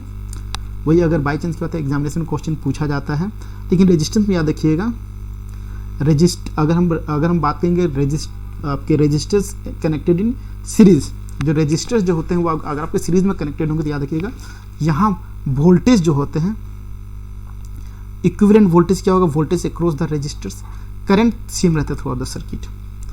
टफ क्वेश्चन पूछा गया तो रेजिस्टर्स इन पैरेलल की बात करेंगे, अगर पैरेलल कनेक्शन में आपका रेजिस्टर्स दिया तो याद रखिएगा ये फॉर्मूला है, ठीक है ना। 1/R equivalent resistance equals to 1/R1 1/R2 1/R3। इस फॉर्मूला से आप जो कैलकुलेट कर सकते हैं। अगर आपको सपोज इक्विवेलेंट रेजिस्टेंस निकालना है, यहाँ पे कितना होगा, 1/3 1/4 1/4 कितना हो जाएगा, 12 हो जाएगा, 12 हो जाएगा। 4 + 3 + 3 कितना हो जाएगा, 4 + 3 कितना होता है, 17। 10/12 उल्टा कर दीजिएगा तो कितना हो जाएगा इसका, 12/10, मतलब कितना हो जाएगा, 1.2 ओम्स हो जाएगा, ठीक है ना। ये आपका इक्विवेलेंट रेजिस्टेंस होगा। क्लियर। चलिए अब heating effect of electric current क्या होता है। सपोज मान के चलिए किसी भी सर्किट की अगर बात करेंगे, किसी भी सर्किट में जब आप जो है वहाँ से करंट पास हो रहा है, करंट पास हो रहा है, तो यहाँ पे क्या होगा, रेजिस्टेंस है, सर्किट में रेजिस्टेंस होता है, रेजिस्टेंस होता है, तो रेजिस्टेंस के कारण क्या होगा, ऑब्स्ट्रक्शन पैदा होगा करंट का फ्लो में, जिसके कारण से हीट पैदा होता है, ठीक है, हीट पैदा होता है। ओके, इस हीट को हम लोग कैलकुलेट कर सकते हैं, हीट को कैलकुलेट कर सकते हैं, फॉर्मूला है I square R T, I square R T, ठीक है ना। देखिए, when electric energy supply to electric bulb the filaments get heated because of which it gives life, the heating of the electric bulb happens because of the heating effect of electric current, ठीक है। आप देख सकते हैं यहाँ पे अगर हम बात करें तो heating effect of electric current, आप ये सभी इस्तेमाल किए, हम आपको पता होगा आयरन जो है इसी पे काम करता है, ठीक है। अब हम लोग बात करेंगे मैग्नेटिज्म से रिलेटेड, ठीक है, उसी से रिलेटेड सारे क्वेश्चंस आपके बेसिक फंडामेंटल क्वेश्चन ही पूछे जाते हैं। मैग्नेटिज्म से रिलेटेड बात करते हैं तो देखिए, a magnet is a material that produces a field that attracts और repels other material of magnetic nature. तो आपको पता है आपके घर में मैग्नेट वगैरह होते हैं, ठीक है ना। तो मैग्नेट की सबसे बड़ी प्रॉपर्टीज क्या होते हैं, जो आपके मैग्नेटिक नेचर्स को होते हैं उसे वो अट्रैक्ट करता है। सबसे देखिए, नेचुरली एग्जामिनेशन में पूछा गया, इसको हाईलाइट कर दिया, load stone is the naturally occurring magnet. Load stone की बात करेंगे, ठीक है ना, लोड स्टोन क्या है आपका, it is the naturally occurring magnet है, और नेचुरली ऑकरिंग मैग्नेट होने के कारण इट अट्रैक्ट्स आयरन, निकल एंड कोबाल्ट। मैग्नेट की बात करेंगे तो इसमें बार मैग्नेट की बात करते हैं, तो बार मैग्नेट जो होता है यहाँ पे दो पोल्स इंडिकेट करता है, एक होता है यहाँ पे क्या होगा आपका नॉर्थ पोल होगा, और यहाँ पे क्या होगा साउथ पोल होगा। इस मैग्नेट को अगर आप कट भी कर दीजिए, छोटे से पीस में भी कन्वर्ट कट करें, तो इधर क्या रिप्रेजेंट करेगा नॉर्थ, इधर आपका साउथ। नॉर्थ पोल आपका क्या रिप्रेजेंट करता है, ज्योग्राफिकल नॉर्थ, और साउथ पोल आपका क्या रिप्रेजेंट करता है, ज्योग्राफिकल साउथ रिप्रेजेंट करता है, ठीक है। उसके बाद याद रखिएगा कि अगर हम बाई चांस की बात है, ये आपका एक बार मैग्नेट है, यहाँ साउथ है, यहाँ नॉर्थ है, यहाँ पे एक बार मैग्नेट है, यहाँ पे नॉर्थ है, यहाँ पे साउथ है, तो सेम पोल्स क्या होगा, ये आप एक दूसरे को रिपेल करेंगे। और वही अगर दो, ये नॉर्थ मैग्नेट है, यहाँ पे आपका साउथ मैग्नेट है, अपोजिट पोल्स क्या करेंगे, अट्रैक्ट करेंगे, ठीक है ना। Is it okay. The region around the magnet where magnetic influence can be experience, इसको मैग्नेटिक फील्ड, इसका मैग्नेटिक फील्ड है। तो मैग्नेटिक फील्ड जो होते हैं किस तरीके से रिप्रेजेंट होते हैं, ये आपका जो है मैग्नेटिक लाइन्स ऑफ फोर्सेज, यहाँ पे क्या है, मैग्नेटिक लाइन्स ऑफ फोर्सेज है, क्लियर है। तो मैग्नेटिक लाइन्स ऑफ फोर्सेज है, याद रखिएगा, मैग्नेटिक लाइन्स ऑफ फोर्सेज जो होते हैं वो कहाँ से इमर्ज होते हैं, नॉर्थ पोल से इमर्ज होते हैं, कहाँ जाते हैं आपके साउथ पोल पे जाते हैं। और इसकी एक प्रॉपर्टी याद रखिएगा कि दो मैग्नेटिक लाइन्स ऑफ फोर्सेज जो है they never intersect. Magnetic lines of forces जो होते हैं आपस एक दूसरे से इंटरसेक्ट नहीं करते, they never intersect, they never intersect, कभी जो है इंटरसेक्ट नहीं करते हैं। और देखिए, मैग्नेटिक लाइन्स ऑफ फोर्सेस से आप बता सकते हैं कि सबसे अधिक आपका मैग्नेटिक इंटेंसिटी कहाँ है। देखिए, यहाँ पे आपका मैग्नेटिक लाइन्स ऑफ फोर्सेस काफ़ी क्लोज है, तो आपका क्या होगा, यहाँ पे मैग्नेट की सबसे अधिक पावर होगी, मैग्नेटिक फील्ड जो होगी सबसे अधिक होगी, यहाँ पे काफ़ी अधिक होगी, यहाँ पे अधिक होगी। लेकिन जैसे जैसे दूर चले जाएंगे, देखिए स्पेस काफ़ी ज़्यादा हो गया है, तो यहाँ पे कम हो जाती है। Are you getting my point. तो मैग्नेटिक लाइन्स ऑफ फोर्सेज जो, तो ये रिप्रेजेंट करते हैं आपके मैग्नेटिक फील्ड। जहाँ magnetic lines of forces close होते हैं, वहाँ पे आपके मैग्नेटिक फोर्सेज जो होते हैं काफ़ी अधिक होते हैं, मैग्नेटिक इन्फ्लुएंस काफ़ी अधिक होता है। और दो आपके मैग्नेटिक लाइन से फोर्स जो होते हैं दे नेवर इंटरसेक्ट, यहाँ लिखा है देखिए मैंने, ये जो है कभी इंटरसेक्ट नहीं करते हैं। जो कि मैग्नेटिक सब्सटेंस की बात करेंगे तो सबसे पहले मैग्नेटिक सब्सटेंस हम लोग क्या कहते हैं, डाई मैग्नेटिक सब्सटेंस कहते हैं। तो डाई मैग्नेटिक सब्सटेंस क्या होते हैं, die magnetic substance are those substance which one placed in magnetic field acquires fuel. तो डाई मैग्नेटिक जो सब्सटेंस होते हैं वो मैग्नेटिक सब्सटेंस होते हैं, जब आप मैग्नेटिक फील्ड में उसको रखिएगा तो हल्का सा लाइट मैग्नेटिज्म डेवलप होगा, लेकिन opposite to the direction of magnetic field. जो मैग्नेटिक फील्ड होगा उसके अपोजिट। जैसे एग्जांपल की बात करेंगे, बिस्मथ हो गया, zinc, copper, silver, gold, diamond, water, mercury, ये सब।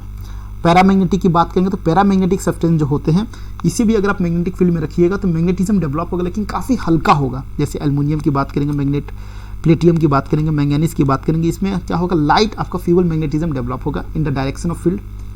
और अगर हम बात करेंगे फेरोमैग्नेटिक सब्सटेंस की बात करेंगे तो आपने देखा होगा चुम्बक जो होता है उस पर हम लोग आयरन को घसते हैं तो आयरन भी क्या होता है, आयरन की भी बात करें वो भी आपका मैग्नेटिक बन जाता है, स्ट्रॉन्ग मैग्नेटिक फील्ड डेवलप होता है। तो कहने का मतलब ये है, फेरोमैग्नेटिक सब्सटेंस की बात करेंगे तो ferromagnetic substance are those substance which when placed in a magnetic field are strongly magnetized in the direction of the field. ठीक है, जैसे निकल, आयरन, कोबाल्ट। क्यूरी टेम्परेचर क्या होता है, as temperature increases the magnetic property of the ferromagnetic substance decreases, क्या हो जाता है, कम हो जाता है। And above a certain temperature क्या होता है, the substance changes into paramagnetic substance. क्या होता है, धीरे धीरे, अगर बाई चांस की बात है कि अगर आपके पास फेरोमैग्नेटिक सब्सटेंस है, ठीक है, फेरोमैग्नेटिक सब्सटेंस आपको पता है, फेरोमैग्नेटिक सब्सटेंस क्या होता है, जब आप इसको मैग्नेटिक फील्ड में रखिएगा तो क्या हो जाएगा, ये आपका स्ट्रॉन्ग मैग्नेट बन जाएगा, स्ट्रॉन्ग मैग्नेटिक फील्ड इसमें डेवलप हो जाएगा। लेकिन इसी को आप हीट करते रहिएगा तो एक क्रिटिकल टेम्परेचर आएगा, जिसके बाद ये क्या हो जाएगा, आपका पैरामैग्नेटिक सब्सटेंस में कन्वर्ट हो जाएगा। पैरामैग्नेटिक सब्सटेंस को आप जब मैग्नेटिक फील्ड में रखिएगा तो उसमें आपका फीबल मैग्नेटिज्म आपका डेवलप होता है। Is it okay? चलिए उसके बाद हम देखेंगे magnetic field due to a current carrying conductor. तो देखिए एक एक्सपेरिमेंट किया गया था, ऑरेस्टेड एक्सपेरिमेंट किया गया था। ये आपका सर्किट था, ये आपका एक सर्किट था। यहाँ पे लाइट है, यहाँ पे आपका लाइट है, ठीक है ना। ये आपका बैटरी है, पॉजिटिव नेगेटिव। और यहाँ पे क्या था, यहाँ पे एक आपका मैग्नेटिक नीडल था। क्या है, आप इसे क्या कहते हैं हम लोग, मैग्नेटिक नीडल कहते हैं। मैग्नेटिक नीडल क्या होता है, मैग्नेटिक नीडल की बात करेंगे तो मैग्नेटिक नीडल में आपका यहाँ पे पॉइंटर रहता है, ये रेड कलर रहता है, ठीक है ना। ये नॉर्थ और साउथ इंडिकेट करता है, नॉर्थ और साउथ इंडिकेट करता है। तो जब ऑरेस्टेड ने एक एक्सपेरिमेंट परफॉर्म किया कि सर्किट से जब आपका करंट फ्लो कर रहा था तो इसने देखा कि मैग्नेटिक नीडल जो है वो डिफ्लेक्ट हो रहा है। क्या हो रहा है, डिफ्लेक्ट हो रहा है, डिफ्लेक्ट हो रहा है। और एक चीज़ को सोचने की कोशिश कीजिए, मैग्नेटिक नीडल आपका कब डिफ्लेक्ट होगा, मैग्नेटिक नीडल तब डिफ्लेक्ट होगा जब इसके आसपास कोई मैग्नेट है, इसके आसपास कोई मैग्नेट है, तभी ना डिफ्लेक्ट होगा। या तो दो अगर क्या होता है, या तो दो सेम पोल्स जो रहते हैं, सेम पोल्स क्या कहते हैं, मैंने बताया था रिपेल करते हैं। और अगर अपोजिट पोल्स की बात करेंगे तो अपोजिट पोल क्या करते हैं, आपका अट्रैक्ट करते हैं ना। तो कहने का मतलब ये है, यहाँ से देखिए जब यहाँ से जो आपका करंट पास हो रहा है तो मैग्नेटिक नीडल डिफ्लेक्ट हुआ है, तो ये करंट कैरिंग कंडक्टर जो है ये भी आपका क्या हो रहा है, करंट कैरिंग कंडक्टर जो ये भी आपका मतलब मैग्नेटिक प्रॉपर्टी शो कर रहा है ना, मैग्नेटिक प्रॉपर्टी शो कर रहा है, तभी तो डिफ्लेक्शन हुआ है। तो यही एक्सपेरिमेंट आपका किया गया था ऑरेस्टेड के थ्रू, ठीक है ना। चलिए तो इलेक्ट्रोमैग्नेटिज्म क्या हुआ, इलेक्ट्रोमैग्नेट क्या हुआ, इलेक्ट्रोमैग्नेट जो है आपका आर्टिफिशियल मैग्नेट है, artificial magnet which produces magnetic field on the passage of electric current through a conductor. तो अभी हमने जो सर्किट देखा तो वो सर्किट से जब आपका करंट पास हुआ तो मैग्नेटिक नीडल को डिफ्लेक्ट करे। इसका मतलब क्या, उसके अंदर मैग्नेटिक फील्ड, उस कंडक्टर में मैग्नेटिक फील्ड का डेवलपमेंट होगा, तो उसे हम लोग क्या कहेंगे, इलेक्ट्रोमैग्नेटिज्म कहेंगे या इलेक्ट्रोमैग्नेट कहेंगे, ठीक है। अब देखिए यहाँ पे ये रखा गया, हम लोग डायरेक्शन पता करना है। Magnetic field to straight carrying conductor, by chance की बात है, आपका कंडक्टर, इस कंडक्टर से अगर आपका करंट फ्लो कर रहा है, करंट फ्लो कर रहा है तो यहाँ पे मैग्नेटिक फील्ड कैसा होगा, मैग्नेटिक फील्ड जो है आपका इस प्रकार से होगा। देखिए करंट इस दिशा में फ्लो कर रहा है, ये आपका करंट है, मैग्नेटिक फील्ड इसका कैसा होगा, इसके अराउंड जो है एक आपका कंसेंट्रिक सर्कल्स, ठीक है ना। तो ये आपका क्या होगा, कंसेंट्रिक सर्कल्स का जैसे आपका मैग्नेटिक फील्ड का डेवलपमेंट होगा। देखिए राइट हैंड थंब रूल यही बताता है कि आपका राइट हैंड का जो आपका थंब जो है ये आपका करंट बताएगा, राइट हैंड का जो थंब जो है वो आपका जब करंट बताएगा, तो बाकी फिंगर्स जो है, टिप्स ऑफ द फिंगर और कर्ल्स ऑफ द फिंगर आपका क्या रिप्रेजेंट करेगा, मैग्नेटिक फील्ड रिप्रेजेंट करेगा। देखिए फ्लेमिंग्स लेफ्ट हैंड रूल जो है कई बार एग्जामिनेशन में पूछा गया है, तो बस फ्लेमिंग्स लेफ्ट हैंड रूल क्या होता है, फ्लेमिंग्स लेफ्ट हैंड रूल जो है ये आपका क्या पता किया जाता है। देखिए Fleming's left hand rule, left hand को अगर आप इंडिकेट कीजिएगा तो थंब जो है, थंब जो है वो आपका फोर्स, बाई चांस देखिए experiment Fleming's left hand rule में क्या हुआ कि अगर सपोज ये आपका सर्किट है, इस सर्किट को देखिएगा, सपोज ये सर्किट है, यहाँ पे ये सर्किट है, सपोज यहाँ पे करंट है, ये सर्किट है, यहाँ पे क्या है, सपोज मान के चलिए एक बार मैग्नेट है, एक आपका यहाँ पे बार मैग्नेट है, नॉर्थ पोल है, यहाँ पे साउथ पोल है, इट इज़ कनेक्टेड, ठीक है ना। तो जब आपको ये आपका सर्किट हो गया positive negative, let me draw the circuit again.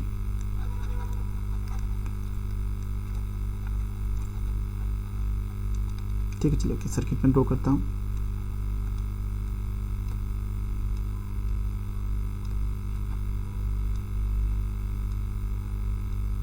North pole है, साउथ पोल है,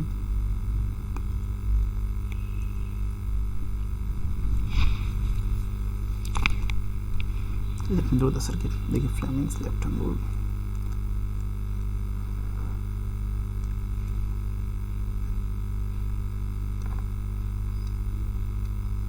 यहाँ पे क्या एक बार मैग्नेट मैंने हैंग करके रखा है, सपोज मान के चलिए यहाँ किसी अरेंजमेंट से मैंने बार मैग्नेट जो हैंग करके रखा है,